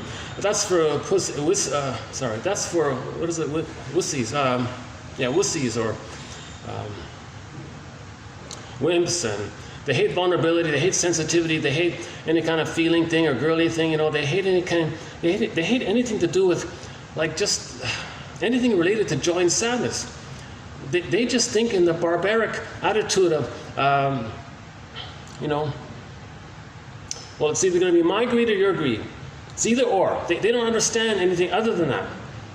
They don't get that. And they see others as having that because they see others from their template, their template, their model. They see others and fit others into their template. So they'll distort the present. They'll make up the present. They'll give people identities if they have to. They'll make it up because they see things in that either or category, right? So we played the song called 7 Seconds by Yosu Denur. And in the beginning, it's a trilingual song. In the beginning, he sings in his original indigenous language, Wolal or Wohal or whatever that name, I forgot, in Senegal, right? And the translation of it is, please, I really don't want you to believe that what's in you is within me. The people in the depressive position have advanced out of that either-or thinking. They can see the third side of the coin. They can see the two sides, the third side that holds the two sides, the complexity, three-dimensionality, feelings. People are all wounded people. We're all homotraumacus. It's a more deeper, feelingful, realistic assessment of the situation.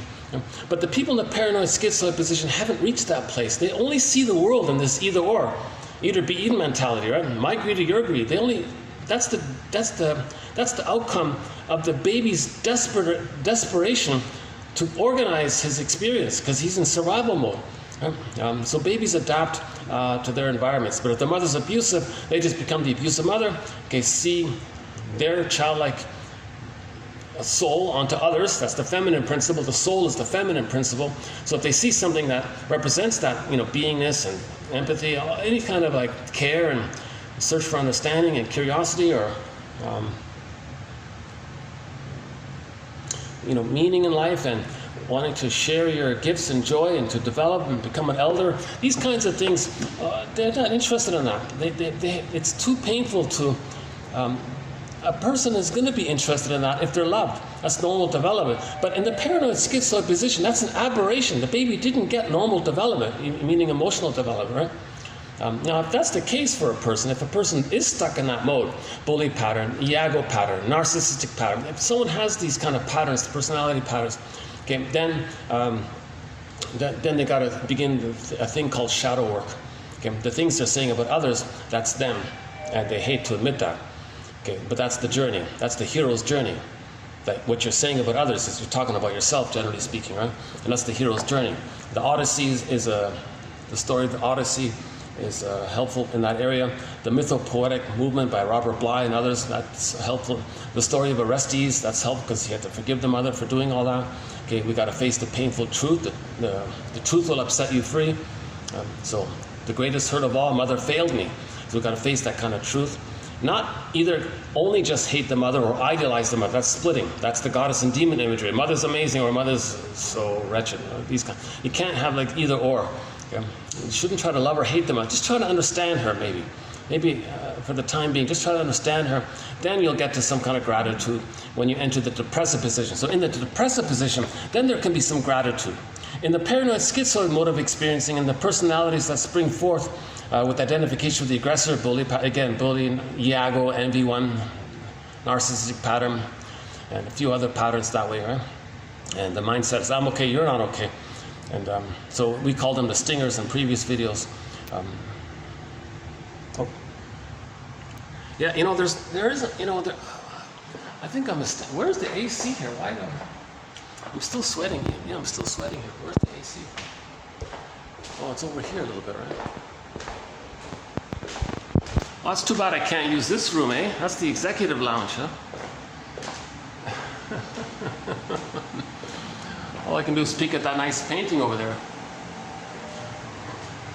Oh, it's a nice little room. Oh my God, I wish I could do my videos in here. This nice little room. That'd be cool.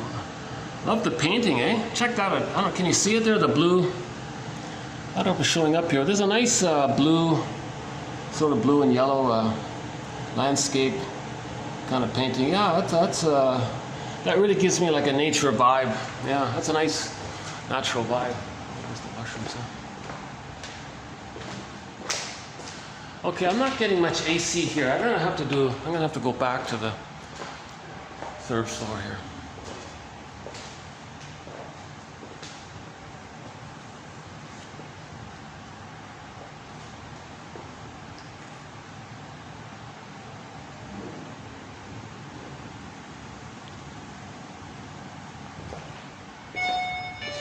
here we go.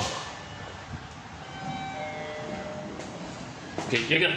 Okay, check out the announcement here. Please stand clear of the closing doors. Please stand clear of the closing doors. That's funny, yeah?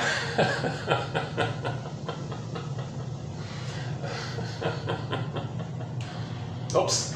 Okay, hold on. I'm going to hold the camera up so I don't get anybody in the camera here. Please stand clear of the closing doors. ไม่พี่ช่างดูแล้วช่างบอกเป็น Stand การ clear of the closing doors.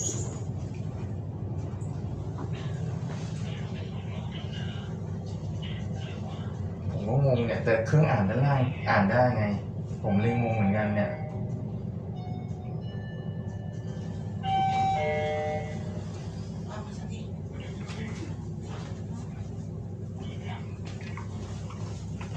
Please stand clear of the closing doors. Please stand clear of the closing doors.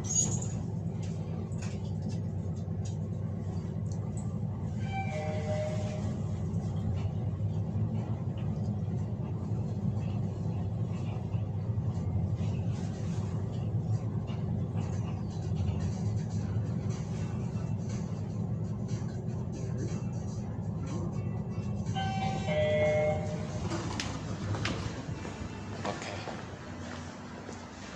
Let's cool off here a bit.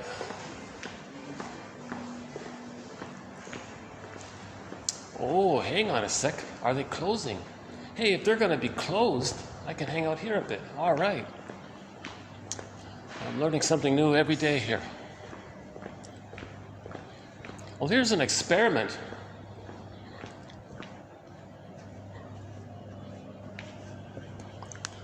Okay, here's an experiment. If this place closes at around this time, maybe I can come here next time to do the video, because there's AC here. Or did they turn it off? I think it's still on, right? So let me cool up a bit and we'll finish up with the quotes. This has been another sort of choppy video, but I still hope somehow these videos are of value. Now, my commentary, I'm not sure how valuable they are, because you see my anxiety and my ums and ahs and stops and starts and all these delays and self-corrections and things. So that's why the quotes are posted below. And as mentioned earlier, one can get 90% of the collection just here on this YouTube channel. And again, for convenience, the link is below as well.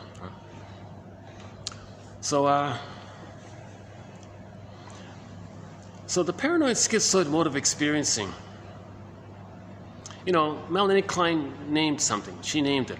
She named that the commonality of all of the personality patterns that spring forth when there's arrested development prior to 18 months. Remember, it's 18 months is when the grandiosity dissipates. Right? The child thinking it's all about him, that dissipates at 18 months when he's loved and he feels safe. That happens naturally. Again, if he's not loved or seen or accepted, he takes refuge in that. It's called taking refuge in the grandiose part self. So the self becomes split. The true self, the shame self, is split onto others. He still has that sort of organic issue of the false belief that he thinks he's a little god. So that's taking refuge in the grandiose part self. The jargon is neurotic pride, or the glorified self, the idealized self, the ego ideal, this perfectionist, the kind of all about him imagery. Yeah? And that's not enough. He identifies with the aggressor due to the need to repeat the trauma. He's going to identify with the aggressor because the aggressor shamed him. He wants to shame others, to replay how the mother shamed him. So those are the stinger personality patterns. Again, the bully pattern. Now, none of these patterns. Now, by the way, since differentiation didn't take place, since splitting prevents differentiation, okay, differentiation is the psychic structure or the psychic equipment needed in the memory system, that it's needed to be able to have joy and sadness at the console. Differentiation, joy and sadness is at the console. Then a person can mourn losses if there is a loss later on. Now, in the paranoid schizoid position, people avoid losses. They don't want to admit loss. They'll deny loss. They'll pretend there was no loss. Didn't need you anyways. They'll use contempt. There wasn't a loss. Didn't need you anyways. Never needed. Didn't. So they'll use tricks. They'll lie to themselves to not admit the loss. So they'll deny that they needed somebody. And Now in the bully pattern, to prevent loss, they might become very controlling, so they want to force or frighten lackeys to have a response to them. That's them thinking that in the nursery, the mother had a response to them. That's the connection to the mother. So their sense of safety with the mother is scaring people to get a reaction. That's the bully pattern, right? And they're very aggressive. And of course, they don't care about the feelings of others. They haven't reached that place, right? So the main emotions for the stinger personality patterns are hate, greed, envy, gravity, spite, vindictiveness, schadenfreude, ingratitude. Okay, now because none of these personality patterns can mourn, they engage in the manic defenses. Okay, so controlling can be one, the contempt, the sour grapes idea can be one, and all of this grandiosity, meaning like cynicism gratifies the grandiosity, so that their humor tends to be kind of dark, others putting others down, shaming others, and they're superior, those ideas, right? So they're maintaining the belief that of the image that they're little god. The huge irony of all this is that the baby was never a little god. That's the huge irony of it, but they're chasing that fantasy image. Hence, narcissist turns into that little flower, that illusionary referenced, right? And the soul becomes stone. That's the problem with the stingers. The soul is frozen up like that. So there's more work to do in the healing journey. Now, if the child, okay, so now we do an important side point here about the issue of I'm okay, you're okay. So anything other than I'm okay, you're okay, that's the trauma that we're trying to heal from. So the stingers have I'm okay, you're not okay. Now, how that works is that in the beginning, all babies think they're not okay. Okay? So, babies think they're little gods, they need paradise to continue.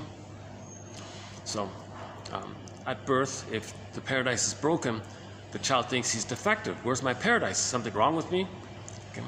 Part B, baby can't parse out where he begins and ends and where the mother begins and ends. Okay, so the mother's him, but if the mother's defective, he thinks he's defective. Okay. Part C, the child thinks, well, if I'm a little god, I'll just fix everything.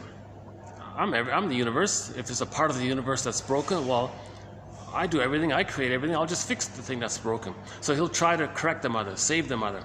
Okay, make a dysfunctional mother, make her be a healed, loving, attuned mother. So he'll try. Now, in the process of trying, he's going to freeze up, thinking that by freezing up, again, he freezes up because he believes the mother is uncomfortable with his feelings. The mother can't accept his needs and feelings. So, okay, mother, I'll help you here. I'll freeze up. I'll sacrifice my happiness.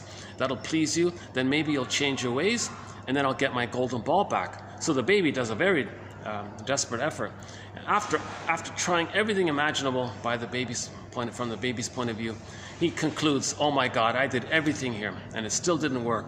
So he thinks he's defective, he's flawed. That's part C. Insult to injury. Remember, he's got to hallucinate a goddess, the mother's all good. Another lie. He's got to make up that the mother's loving, his goddess. Really, the mother's hurting him. He said, no, mother's wonderful. So now he thinks, did he do something wrong because he's defective? Okay, so now he has this thing called unconscious guilt. Yesterday's video, guilt and debt are the same in German, called Schuld. Check out that one. S-C-H-U-L-D, I think. So the baby feels that he's guilty, that he did something wrong to the mother, to account for why he's got to see the mother as amazing, and he feels so bad, maybe he did something wrong. So the primal is the shame, okay, related to identity. Layered on top of it is the guilt feeling. Okay, so that's the onion area. Shall I compare thee to an onion? So the guilt is for the doing, and underneath it is the beingness of the... There's some stuff here. Oh, a whole bunch of stuff here. Why don't I... Let's see if I can stay here. Oh, they're gonna... If they're okay with my being here. I think they should... You know, if the place is closed, I'm in the lobby area. They seem okay. Oh, they're gonna prepare for the next shift or something. Oh, that's the next shift's crew. I see. That's what I do.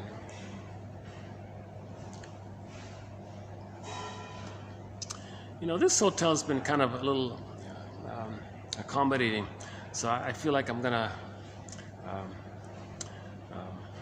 be a patron here somehow. I can control myself. If I go to the mini budget buffet, the minor one, the mini one, and I see the better dishes, it's okay. I'll just enjoy the the basic dishes or something. I think they did. I can't tell anymore if the AC's on or not, because I'm still kind of hot here. But at one point, it was very clear that the AC was off. No, they turned the AC off. I think they turned it off, yeah. When something's closed, they turn off the ACs around here.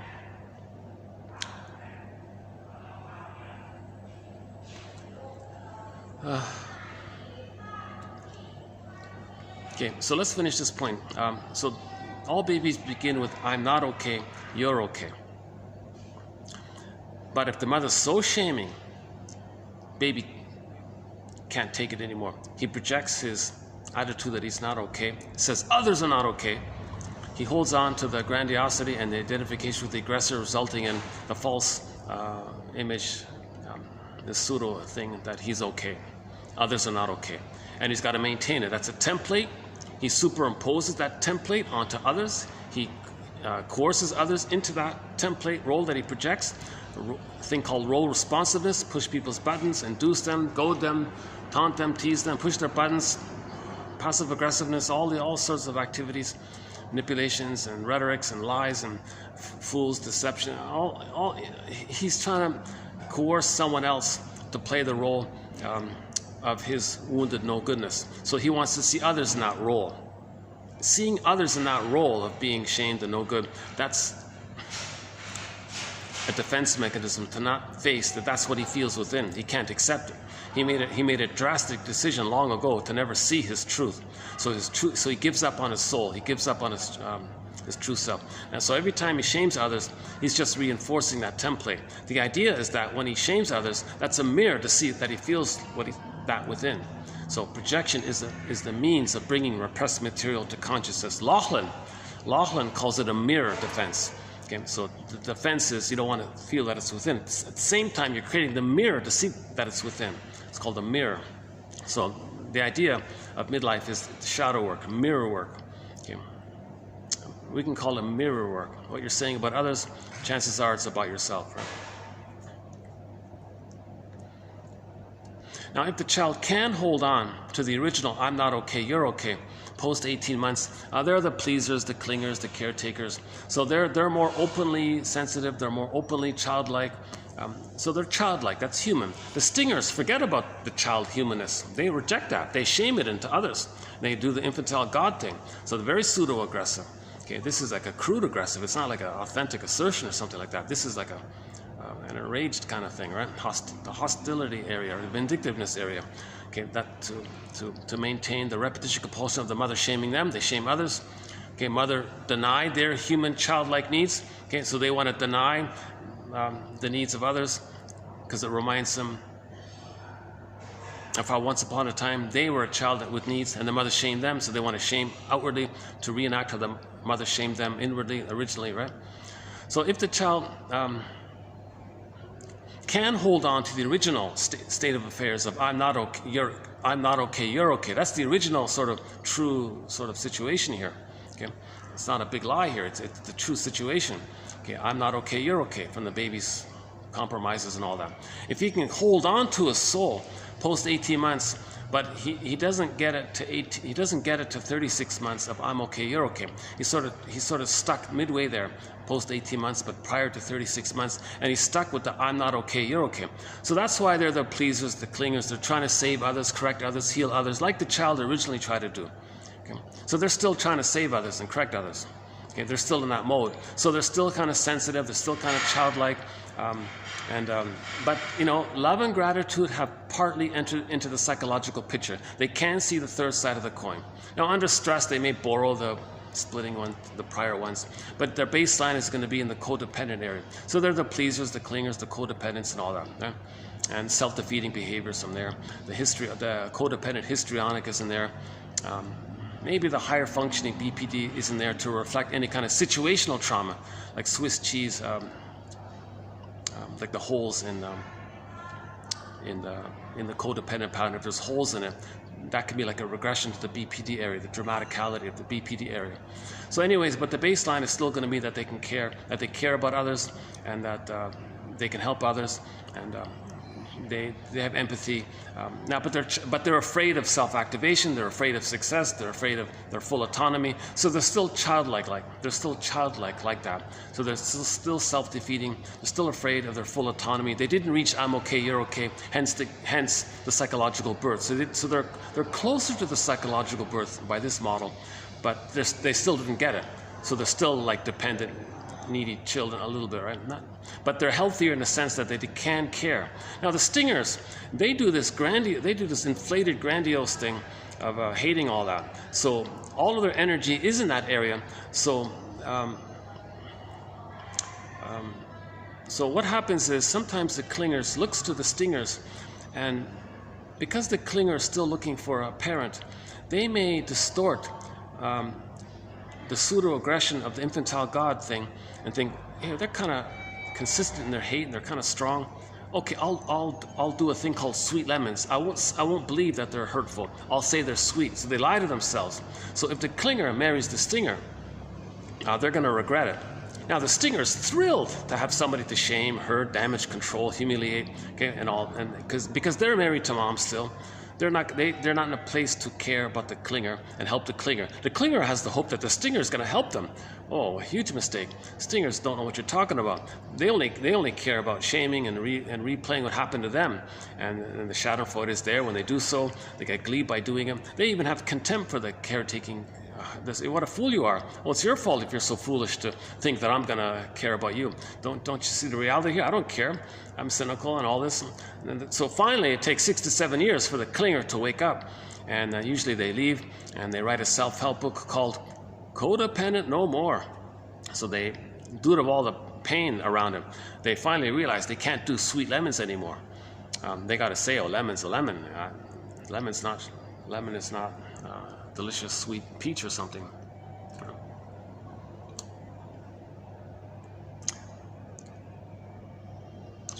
Can I go up here? Okay, this is a nice. I see. So this is in between shifts, right? In between the lunch and the dinner shift. This little gap here, maybe between around maybe 3 to 4, that area, right?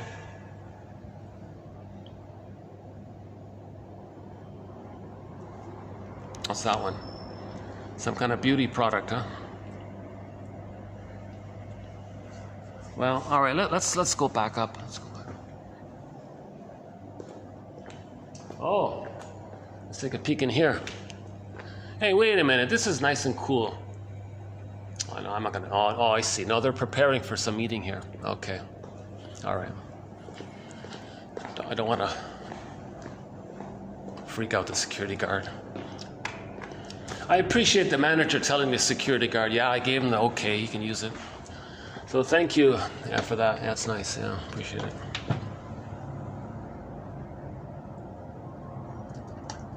Okay, let's see. What's this one here? Some kind of beverage, I think. Some kind of drink product. Can't even make it out. Might be. They call it coconut water here. I don't know what. The coconut juice, coconut water. Ironically, seems to me it should be coconut juice, right? They call it coconut water here. Yeah, it's not bad. Yeah, the coconut water here. Yeah, I drink a lot of coconut water. It's not that. It's pricey. It's not that. It's not. You'd think it'd be more. Oh, yeah. Here's the sauna. Yeah, okay. So we're back in the sauna. Hello, sauna.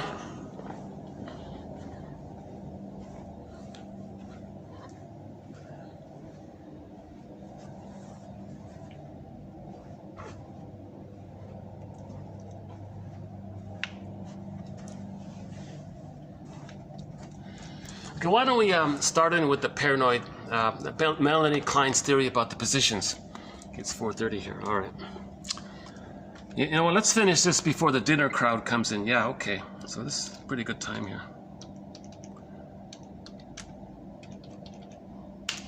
All right. Let's. Okay, here it is. Here, Melanie Klein's theory about the positions. Let's see, is it showing up here? All right. The earliest months of life, the baby splits his perception of mother into good and bad. The good, nurturing mother he loves, and the bad, depriving mother he hates. With maturation comes the awareness that mother is a single person for whom the baby feels both love and hate. With this realization comes remorse, concern, guilt for the damage his greed and hate have caused and will cause her. From this stems the drive to reparation, to atone, to protect, and also to express gratitude for the good care received. But when the guilt is too strong, however, reparative activity will be inhibited. Instead, the infant and the adult in whom these early conflicts are revived retreats to the earlier, more primitive mental activity of splitting objects into good and bad, which can be unambivalently and separately loved and hated. Okay, that means he can't do it. He can't do it. He can't enter into this mixture of feelings of gratitude to the mother and feeling bad that he maybe hated his mother. Now he realizes the mother was all right, but he expressed so much hatred. Maybe he wants to repair this whole. But if he can't do this kind of so-called depressive position of seeing the two sides of the story, seeing the mother as a person, Rosanna Deerchild, the more I learned of my mother's story, the more of a person she became to me. YouTube, Bruce Springsteen, Independence Day, Toronto. Listen to the introduction of that song. It refers to this as well. Barry Grosskopf's book, Forgive Your Parents, Heal Yourself. His sequel is Understanding Our Puzzling Emotions Hidden in Plain Sight, etc. So that's sort of a brief, sort of a light. We have a lot of quotes in this area, that's sort of a part of it, right? Next one here, called the depressive position because. So why do we call it the depressive position? Because giving up the comforting simplicity, either or, very simple, right? Survival. Useful to me, great. So it's very objective. It's very objectified. The baby is relating only to the nipple and the breast. It's like an object of the mother. It's called part-object relating. The baby didn't reach the place of seeing the mother as an emotional, full human, and he's an emotional, full human, and he accepts him. He feels empty. He didn't feel his humanness. Meaning his golden ball's missing. Put it that way. He lost his golden ball. He feels empty and all that.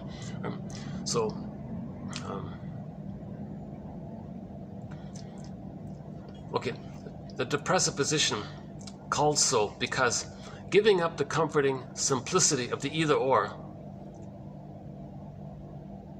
So the comforting simplicity of either-or thinking, okay? That's the place of the baby trauma where he thinks, I wanted to eat, no, mother wants to eat.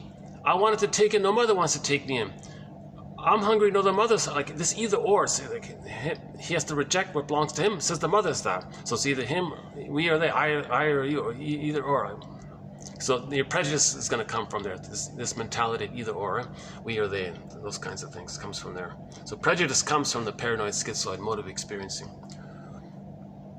Called the depressive position because giving up the comforting simplicity of either or thinking stirs up painful feelings of concern, sadness, even guilt. Because the baby was enraged at the mother. You know, sometimes the baby even bites the nipple because he's so enraged. Come on, mother. He's trying to devour the breast, control the breast. He's going to hurt the mother. The baby even doesn't care about the mother's feelings. He's so enraged by the mother being so misattuned and malattuned. The baby might like really aggressively want to like eat the mother, like bite the, like devouring fantasy, right? So maybe later on he goes, oh wow, I was like that. And again, this is not conscious memory, right? That's the theory. I still have a little, on that point there, I still have a little question mark myself about that point. how the baby can somehow remember this.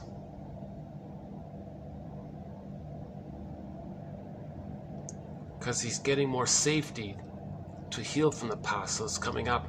Okay, so the guilt is, okay, I see.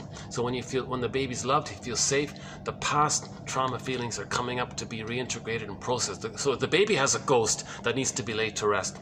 Right? The baby has a ghost that wants to become an ancestor so he can enjoy the present. Maybe it's like that, right? These feelings give rise to a desire to make reparation. Often one of the factors which leads to becoming a helping professional. So his point was sometimes people get into the helping, like be a nurse or be a counselor, help others, these kinds of things. Because maybe they have this still old guilt feeling of how enraged they were at the mother. And maybe they want to make amends. So they're helping others. Unconsciously apologizing to the mother, feeling grateful to the mother, still in that whole area of that painful transition from the splitting to the ambivalence.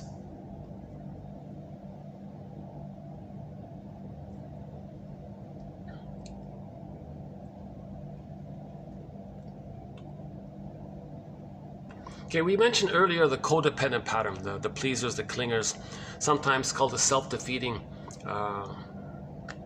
Because they say, I'm not okay, you're okay. So they're going to be self-defeating because the template is, I'm not okay. So they can't enjoy success or happiness. They're caring and they won't accept compliments. So characteristics of clingers and pleasers and codependent, self-defeating, emotional, masochistic even.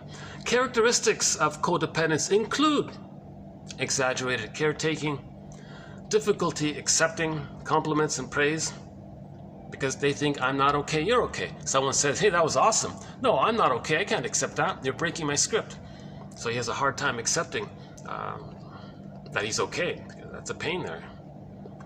Propensity for self-blame, yeah, because I'm not okay, you're okay, self-blame. Feeling unloved unless needed. Yeah. So they feel valuable when they're in the role of saving others, caretaking for others. Difficulty with losses, okay, because they also have difficulty with mourning. It's not as difficult as the paranoid schizoid mode, but they still have difficulty accepting loss.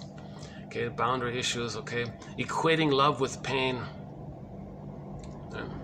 equating love and pain, remaining in difficult situations. And so in trauma, okay, this is another one, right? Psychic masochism. Theory about Edmund Burglar, one of our mentors, has a theory about this. The baby has to bond attached to the mother, right?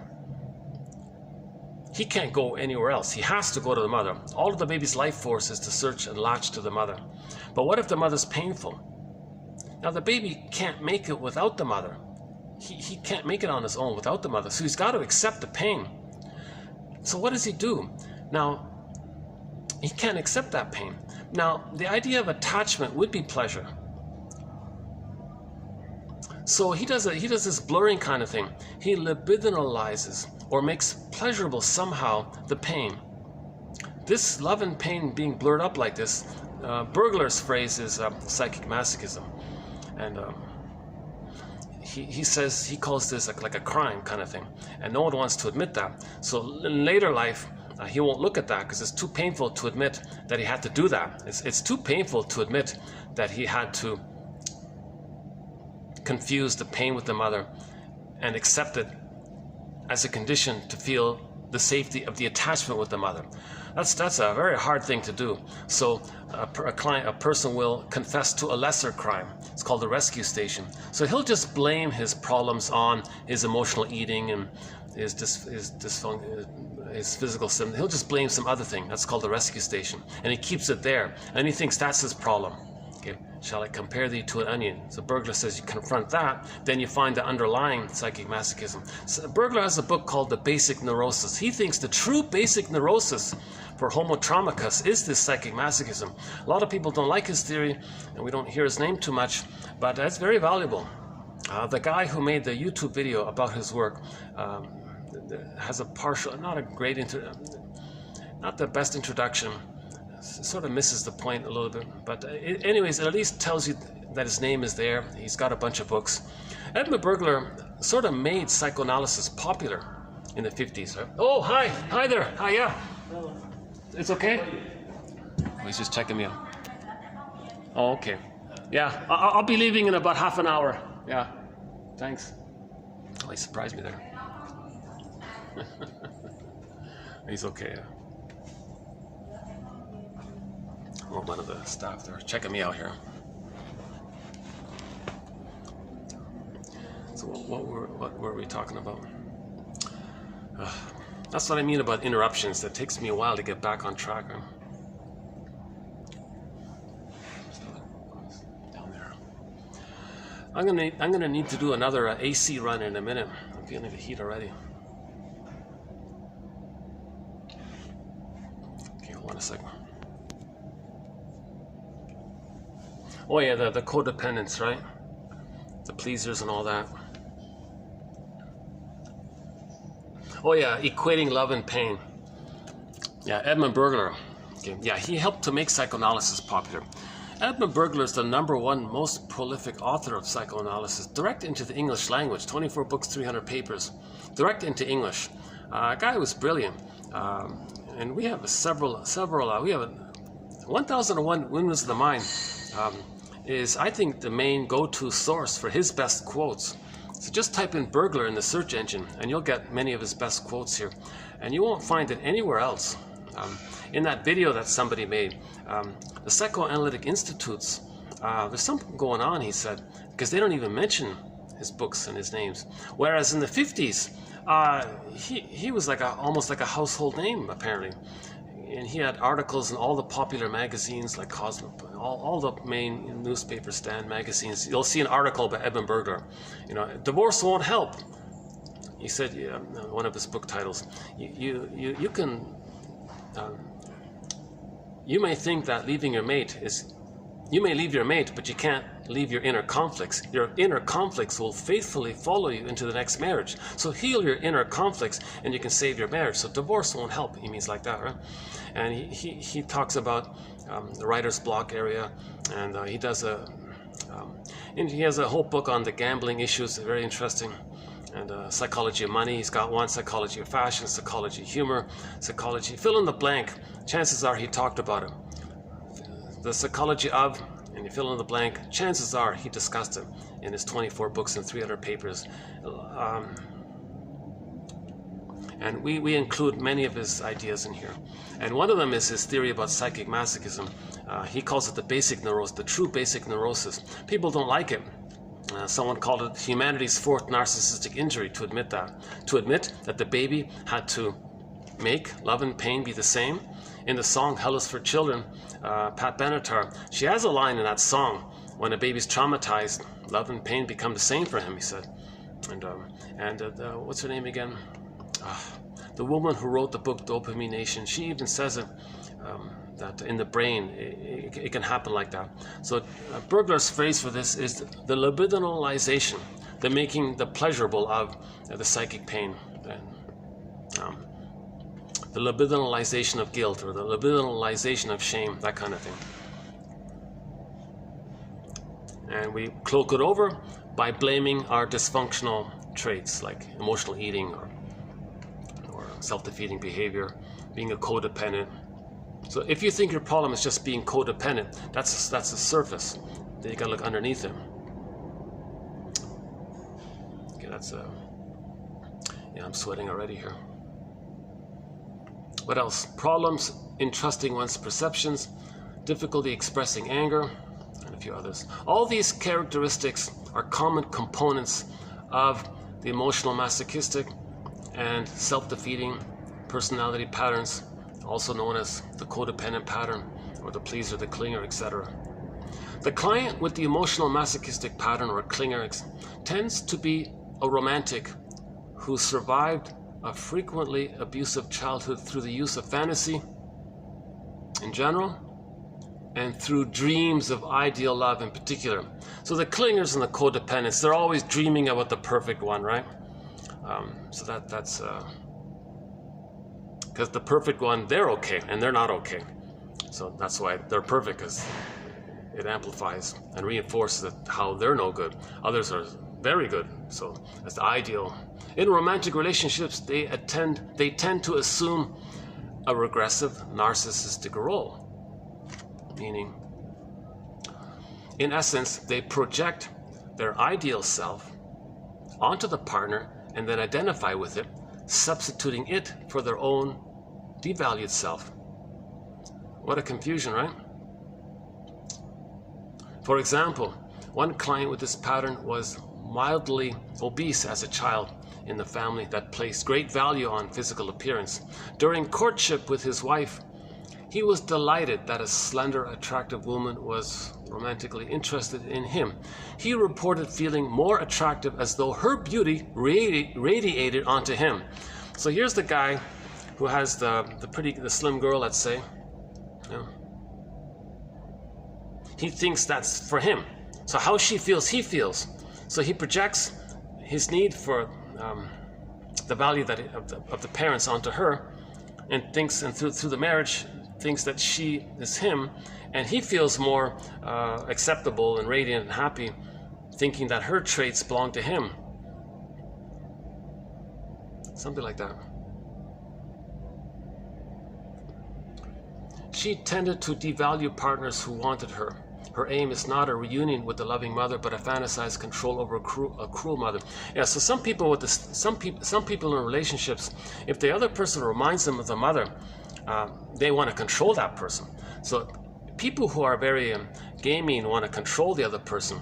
In their fantasy, they want to control the mother. Remember the baby nursing? He wants to control the breast, possess the breast, devour the breast, control the breast. Take that template if you had a problem there. Later on in relationships, someone might come along and say, I'm interested in you. Oh, okay. Well, in my fantasy, you're the mother that hurt me, so I'm going to control you. So that woman might read the book, Why Men Love Bitches or something. It's an advice book teaching women how to control a man. So she'll allure and tease and because when the baby is nursing, the child has great promise, then the mother rejects, so they replay that. It's one tactic. So that's one area about relationships with the stingers and the clingers. I think usually it could be with the clinger too. It could be with it's not just the stinger. I think the clingers can do this too. The clinger, if they have a partner, maybe they want to control them. But it's more common with the stingers. Yeah, it's going to be more pronounced and more noticeable with the stingers. So if the stinger, let's say a person with the bully pattern finds someone who likes them, their only agenda is to control them, because they're still trying to control the breast. Get it? So the bully pattern is the baby. As a baby, the nursing went wrong, right? It was all fouled up or something, right? So he's angry. He wanted to control the breast. So later on, someone likes him. Well, I'm going to control you. He's still operating out of that template. Greenberg film. Trouble living in the present, so you're dwelling in the past. Dwelling in the past. He knows the person who likes him in the present isn't the frustrating breast in the past, but emotionally, he's going to treat her like the frustrating breast in the past, and he wants to control her as if he were back in a time machine, still trying to control the breast.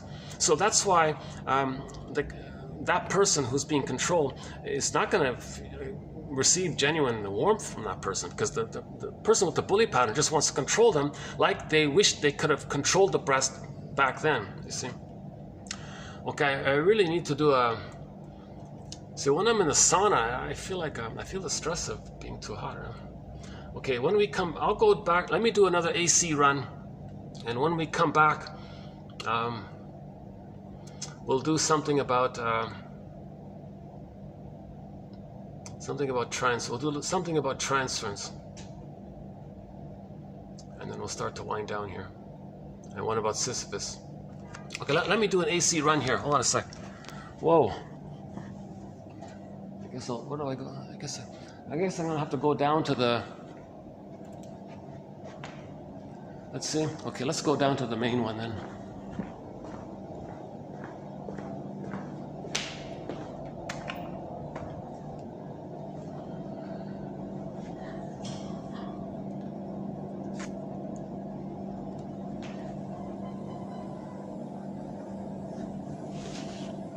Okay.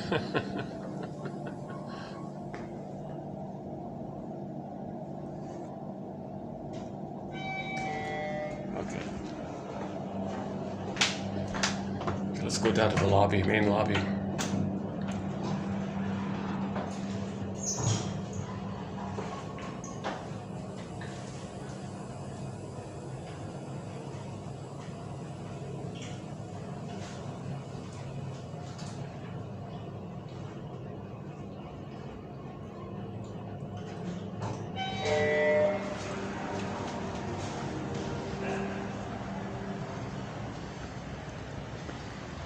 Jeez. Well, let me see if I can just hang out here by the main doors for a bit. I know what happens if I go to that side. Yeah, one waiter comes for that side. On that side, that's the alcoholic side, and that's sort of the coffee baker side. Right?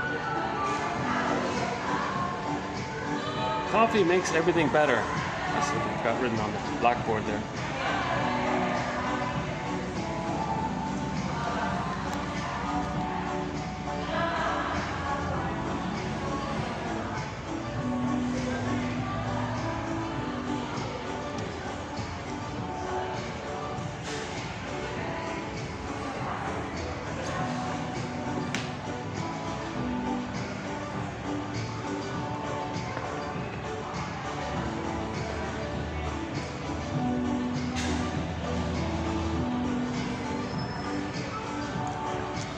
You know, there's no sort of like gap. This is only a little static. I gotta cool off here. I'm still sweating. Yeah?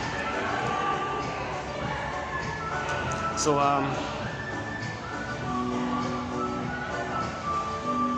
yeah, the clingers, right? Oh, hi there.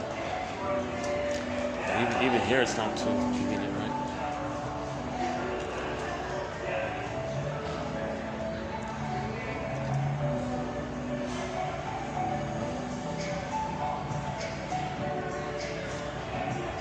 You know, what if I did just buy one of their expensive drinks?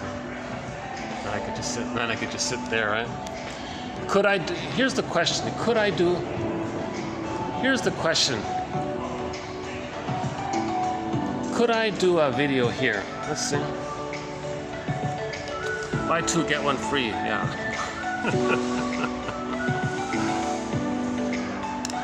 Could I do a video here if I... Look at all the distractions. If I did a video here, I'd be immensely distracted by the comings and goings of all the activities here. See, like there's the main door there, right? It's nice, yeah, nice. All right, let's go before the waitress comes.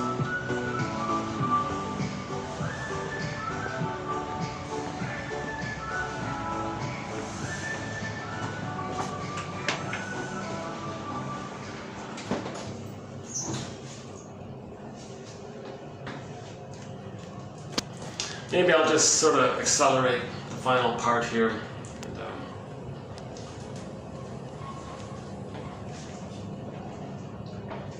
let's go back to the sauna.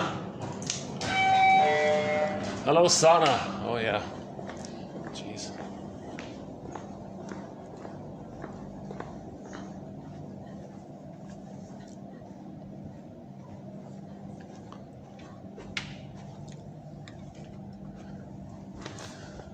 Okay, deeply entrenched, unresolved conflicts from the parents' past can be reenacted in the present parent-infant relationship, creating impediments to the parents' ability to perceive or respond to the infant as an individual by converting the baby into a transference object and leading the parent to, quote, repeat the tragedy of his childhood with his baby in surprising detail. Yeah. See? Unresolved conflicts from the parents' past, gonna reenact it on the child. So the mother was shamed when she was a baby, that's unresolved. Goes to the nursery. She has a baby, she's gonna replay it. she'll do to her child what her mother had done to her. Ghost in the nursery. So maybe this can help. I like her idea here. She has a thing called ghost in the nursery interpretations, meaning let's give this woman some empathy, then maybe she won't repeat it. A ghost in the nursery interpretation aims to interpret the repetition of the past in the present, whereby the parents' unresolved conflicts are being replayed at the child's expense, bypassing parental defenses such as identification with the aggressor or even disidentification from the victim. The therapist might say, for example, quote, okay, so the therapist is going to say to this traumatized mother holding her baby, a little girl needs her mother and gets frightened when she feels all alone. The therapist in this instance is attempting to interpret an intergenerational pattern of parental abandonment by increasing the parents' capacity for empathy with a lonely child, both the parent as child and the present-day child. The hypothesis is that if the therapist can make the historic specter of the lonely little child less abhorrent to the parent will be able to empathize with the present-day child. Okay, that's our best quote here. Okay, this is my favorite quote here, 2619. So this one here gets a separate individual TQ designation. This is my favorite quote here. I love this quote. This is a good one here. It's worth repeating. Let's do it again. A ghost in the nursery interpretation aims to interrupt the repetition of the past in the present, whereby the parents' unresolved conflicts are being replayed at the child's expense, bypassing parental defenses such as identification with the aggressor or even disidentification with the victim baby. The therapist might say, for example, to a mother with a little girl, saying to the mother, quote, a little girl needs her mother and gets frightened when she feels all alone. The therapist in this instance is attempting to interrupt an intergenerational pattern of parental abandonment by increasing the parents' capacity for empathy with a lonely child, both the parent as child, and the actual present-day child, her daughter, right? The hypothesis is that if the therapist can make the historic specter of the lonely little child less abhorrent to the parent. Yeah, right there. That's a good line right there. The hypothesis is that if the therapist can make the historic specter of the lonely little child less abhorrent to the parent. See that line right there? That mother sees her innocent child having needs. She hates it strongly. Why? Because when the mother herself was a child, she felt so much pain by the mother's misattunement. So she sees her daughter having feelings and needs. She hates it. So therapist intervenes, breaks up this pattern. Therapist says to her, a little girl needs her mother and gets frightened when she's all alone. Right? The hypothesis is that if the therapist can make the historic specter of the lonely little child less abhorrent to the parent will be able to empathize with the present-day child. So that's giving the mother empathy,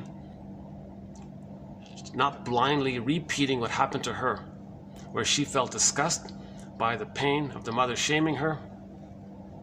Seeing the child in that vulnerable state, she feels disgusted and doesn't want to meet the baby's needs. Interruption. A little girl needs her mother and gets frightened when she feels all alone. The therapist in this instance is attempting to interrupt an intergenerational pattern of parental abandonment by increasing the parents' capacity for empathy with a lonely child, two lonely children, both the parent as lonely child and the actual present-day child.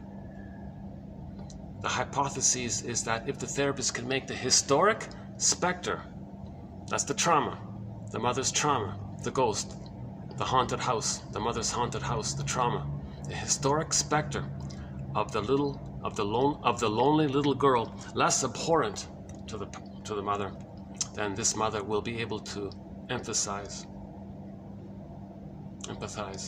with the present-day child. Next one here. Early attachment templates, schemas impact relationships in adulthood. So I like the phrase there. We always talk about schemas and templates and all this. He calls it here attachment templates. Attachment schemas. I like that phrase, attachment template. There's a template that records the attachment experience: disorganized, disassociative, anxious, avoidant, reactive, unformulated. There's an attachment model there. Self in relation to the other. What's the attachment like? What's the memory? How is that attachment with the mother? What's that template? It's called an attachment template. Now this attachment template is going to be superimposed in the present, trying to fit present-day interpersonal relationships into the template, distorting, misperceiving, coaxing, all this to fit that. Why? Because you want to replay what caused it with the fantasy that you can update it and heal it. Okay, last one here. He did not stop and reflect, but instead carried on repeating himself, seemingly oblivious to the predictable outcome each time. Yeah, repetition compulsion. He did not stop and reflect, but instead carried on repeating himself, seemingly oblivious to the predictable outcome each time. Yet, most intimate relationships seem to repeat elements of the same dance in which familiar patterns are retraced. These patterns are intricately layered. These patterns are intricately layered interactional loops that we inhabit, just as we inhabit home without seeing it. So the repetition compulsion feels like home, and we don't see it. Like Sisyphus' journey, we have little awareness of these patterns, their scope, architecture, intricacy, or how they shape us as we co-create and co-perpetuate them. Even when the familiar is filled with pain, we need help to get outside the familiar and change the repetition of the dance. So we don't see how we're being like Sisyphus, so we might need help. Even though we're feeling pain by being like Sisyphus, we still need help. It's this compulsion, some kind of addiction, it's some kind of, because the chemistry is love and pain blur in. So the pain, you get the endorphins, and the love, that's the attachment. You're supposed to get serotonin. I don't know, but to get the serotonin, you need the pain of the endorphins, and it's like a loop there. These patterns are intricately layered interactional loops that we inhabit, just as we inhabit home without seeing it. The child has a home, but he doesn't see it. He sees the house. He sees the parents and all. He sees the siblings. He sees the furniture. He sees the home. It's invisible, right? So these repetition, this looping, it's like a home. He doesn't see it like that. Like Sisyphus' journey. Oh, in the last video, Sisyphus, the quote was the tragic hero or something like that. What was the last? Oh, never mind. If you go to the last video, we have a quote about Sisyphus. Like Sisyphus' journey, we have little awareness of these patterns, their scope, architecture, and intricacy, or how they shape us as we co-create and perpetuate them. We co-create and perpetuate them.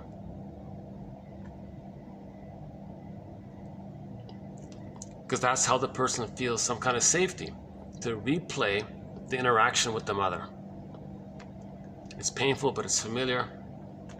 Even when the familiar is filled with pain, we still need help to get outside of this. Okay, how are we doing here? Okay, yeah, instead of doing another AC run here, what I'll do is, what's it, 5 o'clock here already? Let me avoid any possible dinner preparations here, so let me leave here soon. Yesterday we played Delirium. We played 2 songs from the band Delirium. I tried to play the song Voices Carry by Till Tuesday. I played it twice. YouTube had to make me trim it out, so that's missing. We played Katja Epstein's song Diese Welt, This World.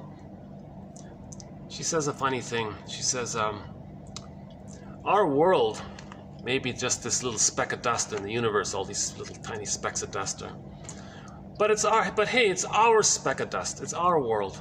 So what are we going to do?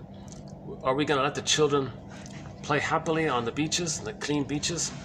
Or are we going to let the children suffer with dead fish on the beaches? It's our world. Diese Welt. Maybe we'll play it again here. She sang it in some kind of singing competition and it won first prize. It's a pretty good song. Let's see, where is it? Do we still have it? Oh. If I can find it, I'll play it again. Oh yeah, here we go. Katja Epstein, Diese Welt, meaning this world. It's our world. Let's appreciate it.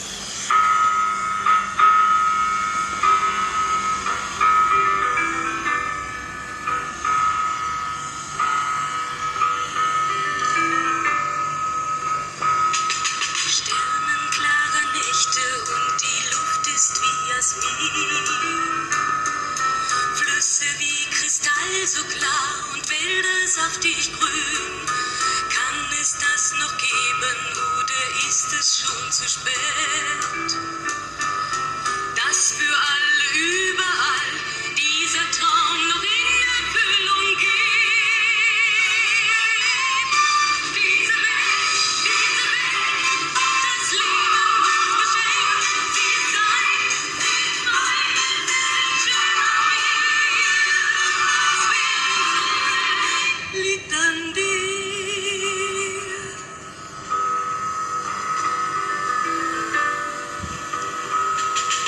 Rauch aus 1000 Schloten senkt sich über Stadt und Land. Wo noch gestern Kinder waren, bedeckt heute Öl den Strand. In den Düsenriesen fliegen wir dem Morgen zu. Wie wird dieses Morgen sein? Sinnlos oder voller Sonnenschein? Diese Welt hat das Leben uns geschenkt. Sie ist dein, sie ist mein, es ist schön. Liegt an dir. Diese Welt hat das Leben uns geschenkt. Sie ist dein, sie ist mein, es ist schön. Liegt an dir.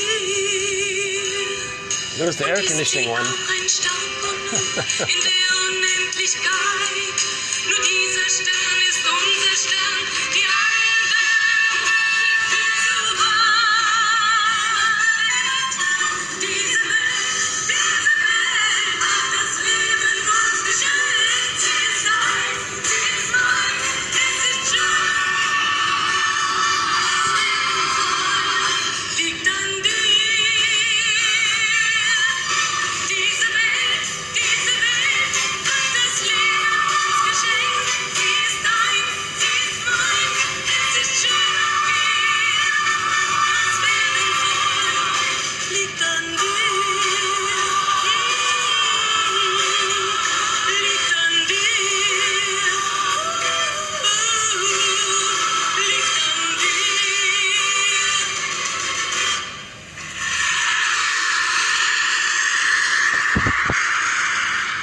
We're learning some German in this collection here. I've learned lots of German doing this project. Diese Welt, this world. In the last video we had a few new German words as well. Eigenwelt, Mitwelt, and Umwelt. So we talked about the idea that philosophers often talk about this phrase about the question is, how's your being in the world? Being dash in dash the dash world. How's your being in the world?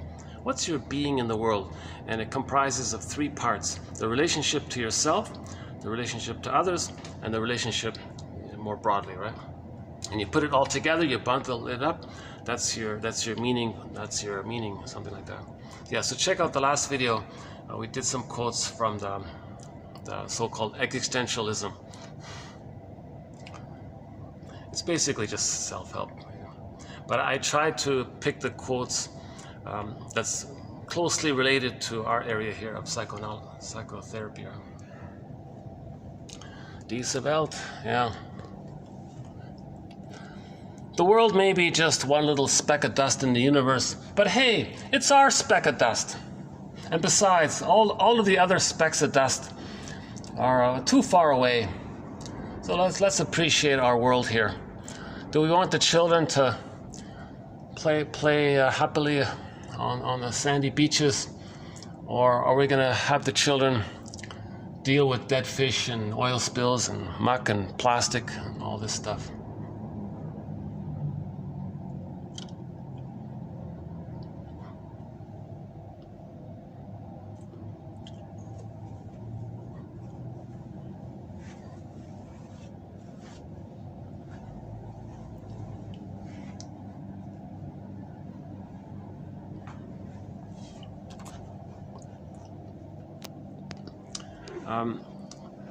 I'll be doing the 26 ways collectively.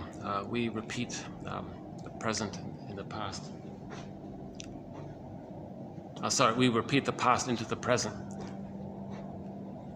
Yeah, there's that offer there. They have like it's one of the better deals, this hotel. Yeah, one of the better ones, yeah.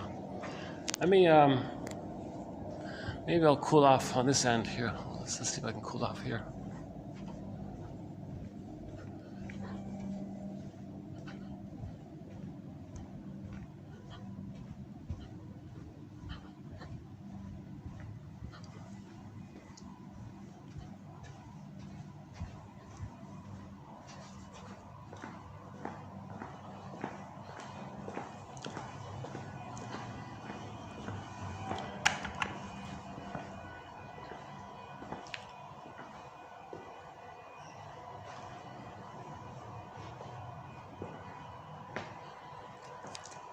So let's see if there's any final thoughts here. So the 26, so at the moment it's called the 26 ways. Collectively, repetition compulsion can be seen outwardly in terms of how we're all doing it, kind of thing, right? So we talk about pollution and biodiversity and all these things, right? Please stand clear of the closing doors. That's the first time I've heard an elevator sound like a train or a subway or something.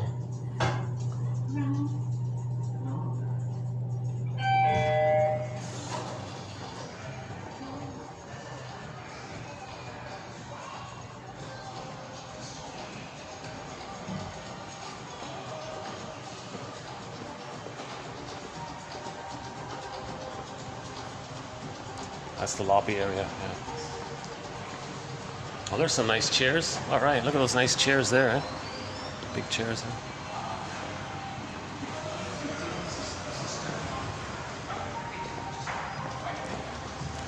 You see, it's a mini fortune to buy a drink here.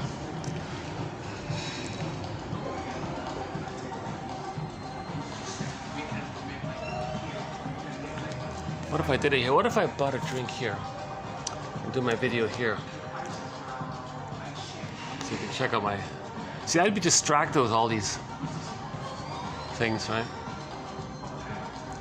I just want to cool off here, to tell you the truth.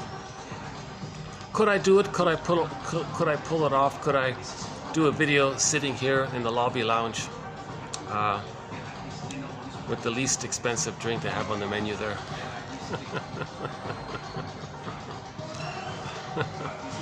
Should I try it?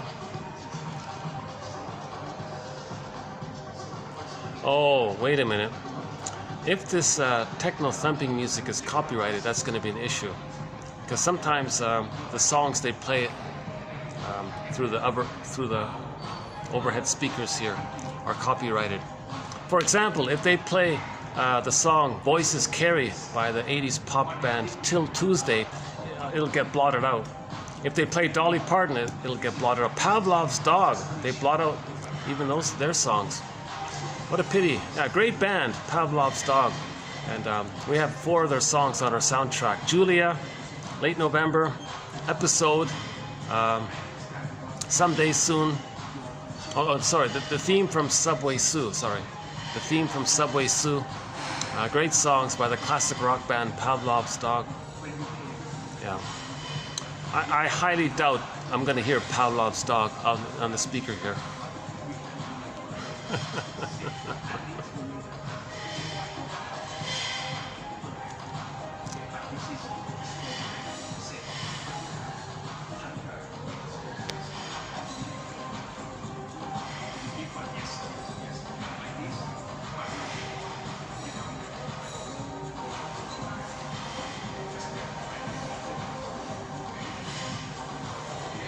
See, I noticed the guests don't come to this end because they want to be by the windows where the light is. But I'm getting enough light here, aren't I, right? So this is like the corner end of this lobby lounge area, right?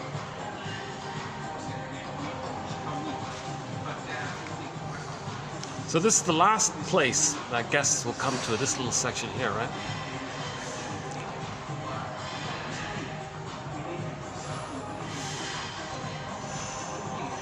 Well, I'll consider it. Let's see if I can do a video here. It's a little irregular. I'm trying to find like peace and quiet where I can speak freely, not be interrupted constantly, right? How are we doing here? Still 20 minutes though.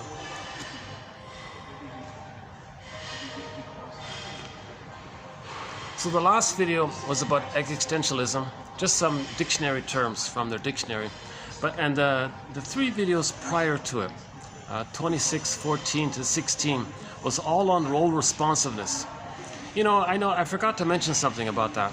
If you go to Wikipedia and type in role section, apparently in the business management people, they teach their supervisors, you know, in groups, people are going to be pulled or sucked into different roles, victim, aggressor, scapegoat, or all. They have a whole list of roles there, and that sort of fits in with role responsiveness. So for an elaboration of this so-called role section phenomena, people being sucked into roles or induced or maneuvered into roles, okay, it's related to family systems theory, right? One person has to carry the anxiety for others, basically. That's the scapegoated one, right? Or the fantasy one's going to be the savior one, or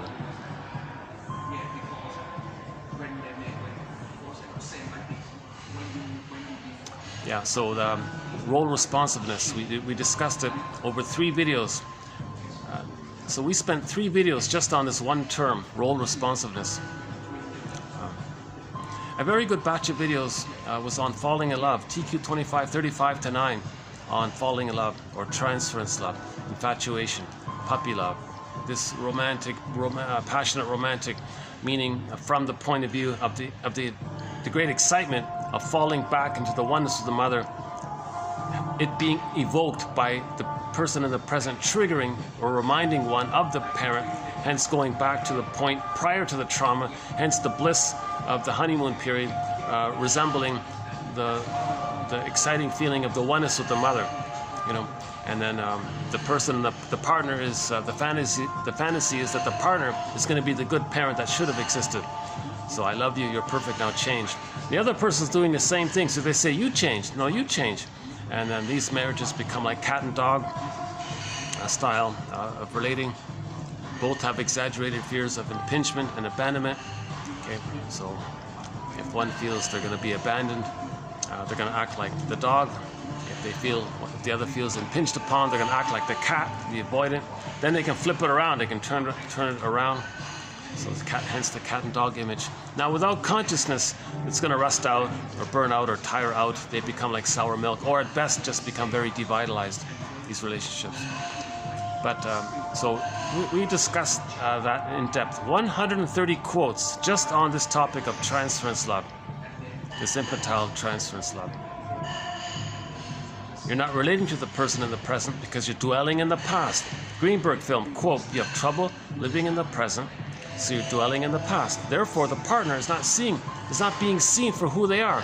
They're being seen through the fantasy of the imago image in the template, in the attachment schema, the attachment template. A new phrase today. Another, pretty good today. We have I think two good things came out of today's video. The phrase attachment template, attachment schema, attachment model, attachment template, a template that describes the attachment model, self and other, the relational unit. It's an attachment template. It's close enough. It's not quite spot on, but it's not bad. And the first one, I like that first one here, 2619, called Ghost in the Nursery Interpretation. Giving the traumatized mother empathy so she doesn't inflict onto her own child what had happened to her, because she's so bothered by it. She doesn't want to be reminded of it, so she has this abhorrent feeling to her own child. Well, give her a ghost in the nursery interpretation, or empathy basically, and maybe she'll feel a no longer need to reenact the trauma with her child. That would cure intergenerational trauma, these ghost in the nursery's interpretations. Basically, a fancy way of saying empathy for the mother, to not inflict onto her child what she experienced, because she wants to reenact what she experienced, because she's got a working model template. The mother has an attachment template, so she's going to superimpose and recreate that attachment template with her child. Then the child has the same attachment template that the mother has. That's intergenerational trauma. If the mother has a traumatized attachment template, gives that to her child, and the child has the same attachment, the child is going to have the same attachment template that the mother did. And without consciousness, the child's going to grow up and do it to their child. And it keeps on going like that. It only stops when somebody provides a little empathy. Right? So empathy in this context is called a ghost in the nursery interpretation.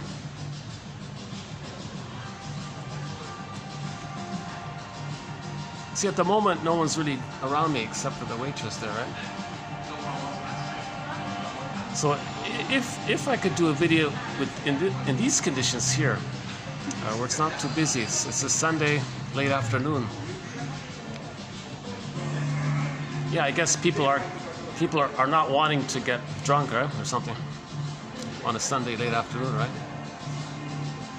So during the week, yeah, it wouldn't work during the week. Oh my God, maybe only on Sunday it might work, right? Friday, Saturday, forget it. Maybe on Monday it might work. Maybe if I came here on a Monday. Hey, what if it's funny with the tourists here. This is supposed to be low tourist season, but it's still peak high tourist season.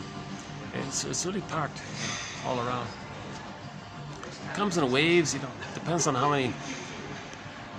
Depends on the tour groups and all that, I guess.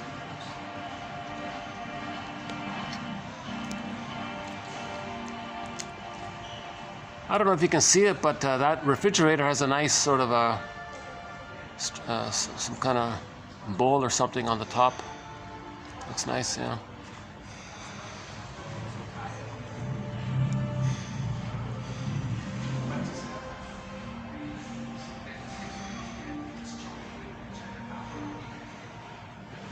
Oh, they got some nice little butterflies there, yeah. I don't know if you can see it, but there's sort of some kind of a butterfly motif.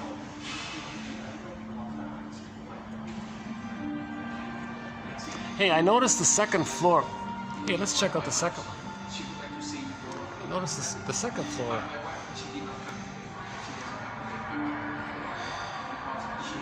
Oh no, let's just stay there. Well, it's either the sauna and the flipping back and forth, or here with the likely potential that I'm gonna have a lot of interruptions and things. And then if somebody sits beside me there, I'm gonna walk away. And then I can't leave my laptop. Somebody might take it. So yeah. But for the time being, I'll try to do my videos in these two hotels that are sort of side by side here. These two new ones here. They've both been friendly, so I appreciate that, yeah.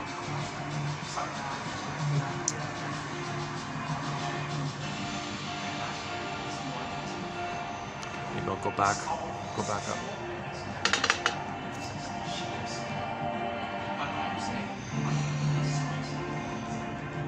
Oh, look, here's a group one here, yeah.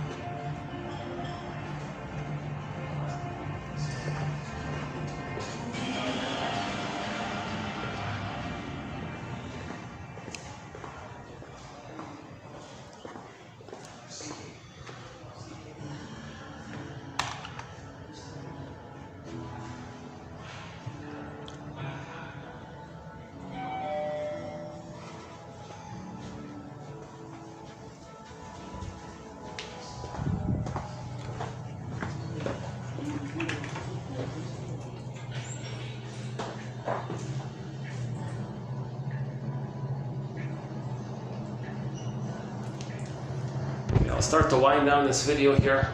Maybe we'll play one more song and call it a day. Yeah, okay.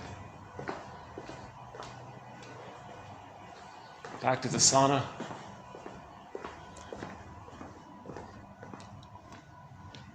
Oh, they put the lights on, so maybe there is some kind of function taking place, huh? Let's see. Oh, no, it's still dark here. Okay.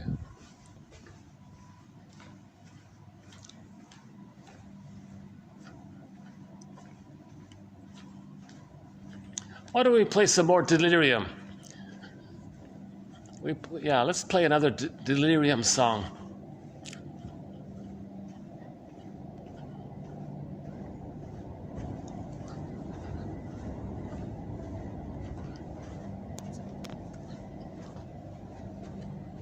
Let's get this back up here.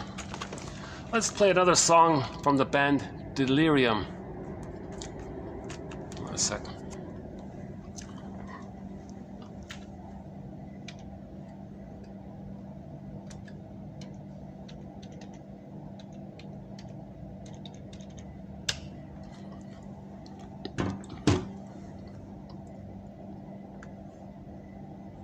Here's a song called Truly. Let's get it up here. Hold on a second. This one here, Truly.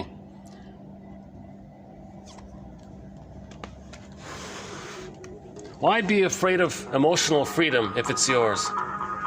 Why be afraid of emotional freedom if it's yours?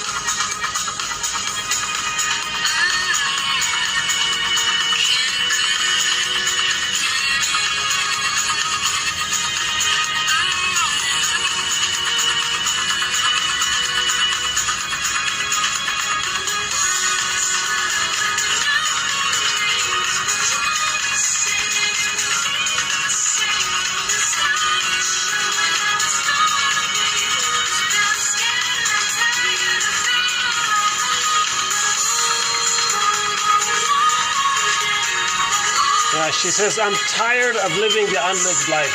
Yeah, and basically.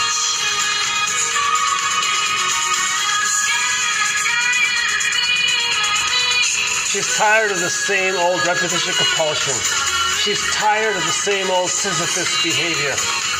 Why be afraid of freedom if it's yours? She's looking for herself. She's looking for her Eigenwelt, her Mitwelt and her Umwelt, her being in the worldness.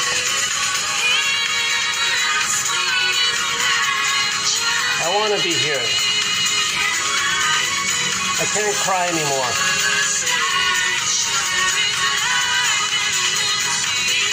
There's life and I want to see it. It's in this world is where I want to be, because I can't cry anymore. I want to enjoy the present. I want to stop living in the past emotionally. I want to live emotionally in the present. Truly.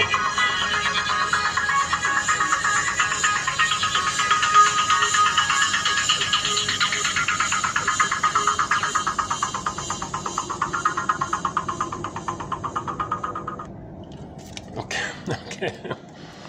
All right, so thanks very much. This has been TQ 2619 to 22.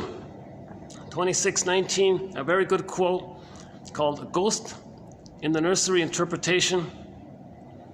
And then 20 about repetition, compulsion, and transference. And a little bit about the codependent pattern. And a little bit about Melanie Klein's theory about the positions. So I feel like we covered a fair bit of ground here, although it was sort of choppy here and there. And so we'll be adding more quotes to our various threads. And the next video coming up, we'll add some more quotes to this very important topic called transference. Okay? So that means we're living in the past. We're transferring the past into the present. The present is just some kind of as if mirage, representing the past. We're still dwelling in the past. So that's a very important thread here, is transference. Okay? Because of the pain we repeat, we transfer, we displace the past into the present because of the pain we're feeling. That's why we're doing it. When we finally get out of the pain, then we can stop repeating and enjoy the present. But to get out of that pain, we need some interpretations, we've got to build a nest. Okay? Quotes, theories, models, speculations, jargon, hypotheses. And then it weaves a basket in effect, and then the feelings can come up. We can accept the ghost. The ghost becomes an ancestor serving us. If the ghost is laid to rest, he becomes an ancestor serving us. The Furies become the Eunemnites. The Eunemnites serve us. Whereas in their prior form, we were afraid of our feelings. Then the feelings serve us. So either we always run away from our feelings, or we accept them and then they serve us, kind of thing, right?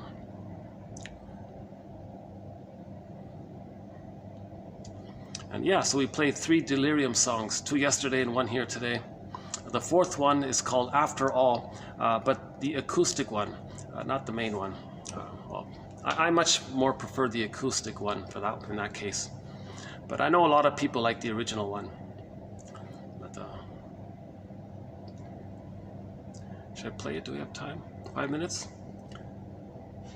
If I can find it, yeah, we'll play the 4th one. Yeah, then that means we... Give me a minute to see if I can find it. I'm not fully sure if I even have it. Hold on a second. It's called After All. I think I have it. Let's see. Yeah, here it is here. Yeah, we've got it. So here's our 4th delirium song called After All. Another great song.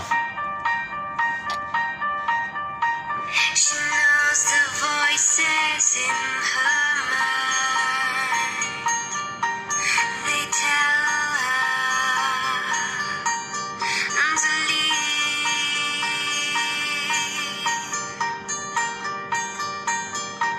She's tired, smiling madly, until silence becomes very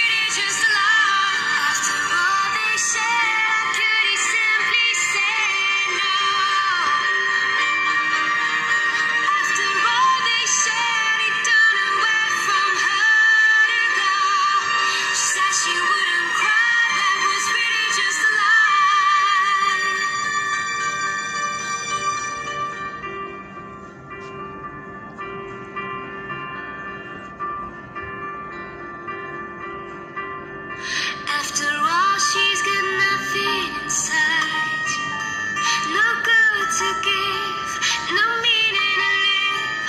The mist engulfed tonight. Everything all star. After all they shared, could he simply say no? After all they shared, he turned away from her to go. She said she wouldn't cry, that was really just a lie. After all they shared, could he simply say no? After all they shared, he turned away from her to go. She said she wouldn't cry, that was really just a lie. After all they shared, could he simply say no? Yeah, that's a good song. She sounds like she's coming from the point of view of the caretaker codependent trying to save a person with one of the stinger patterns and finally realizing him. How can you, after all these years, still so negative? So that maybe that song is about that. After all we've been through, kind of thing. Stingers don't get it. Stingers never got the prime. For the stinger to get it, they got to mourn and accept their condition. They got to face it and accept it. The truth will upset you free, says Steve Behrman. We did one of his jokes in the last video. Let's see if I can remember it. This comedian calls himself a New Age comic or a cosmic comic. He does wordplay with New Age concepts. Someone asked him in an interview, "Hey, what's with this reincarnation thing?" His answer was, "Oh, it's funny how things turn out. Once there was this man who wanted to be wealthy.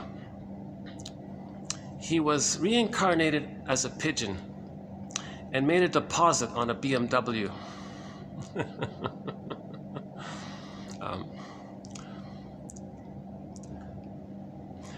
I won't talk about it again here just now, but yeah. So we have 4 of his jokes in our collection. That one there, "The Truth Will Upset You Free." The second one, his other one is called "We Can All Live Like Nomads," where I know mad at you and you know mad at me. And the fourth one was, someone asked him, "Are you a creationist or an evolutionist?" "Oh, I'm both. I believe we were created to evolve. Man's main task is to give psychological birth to himself.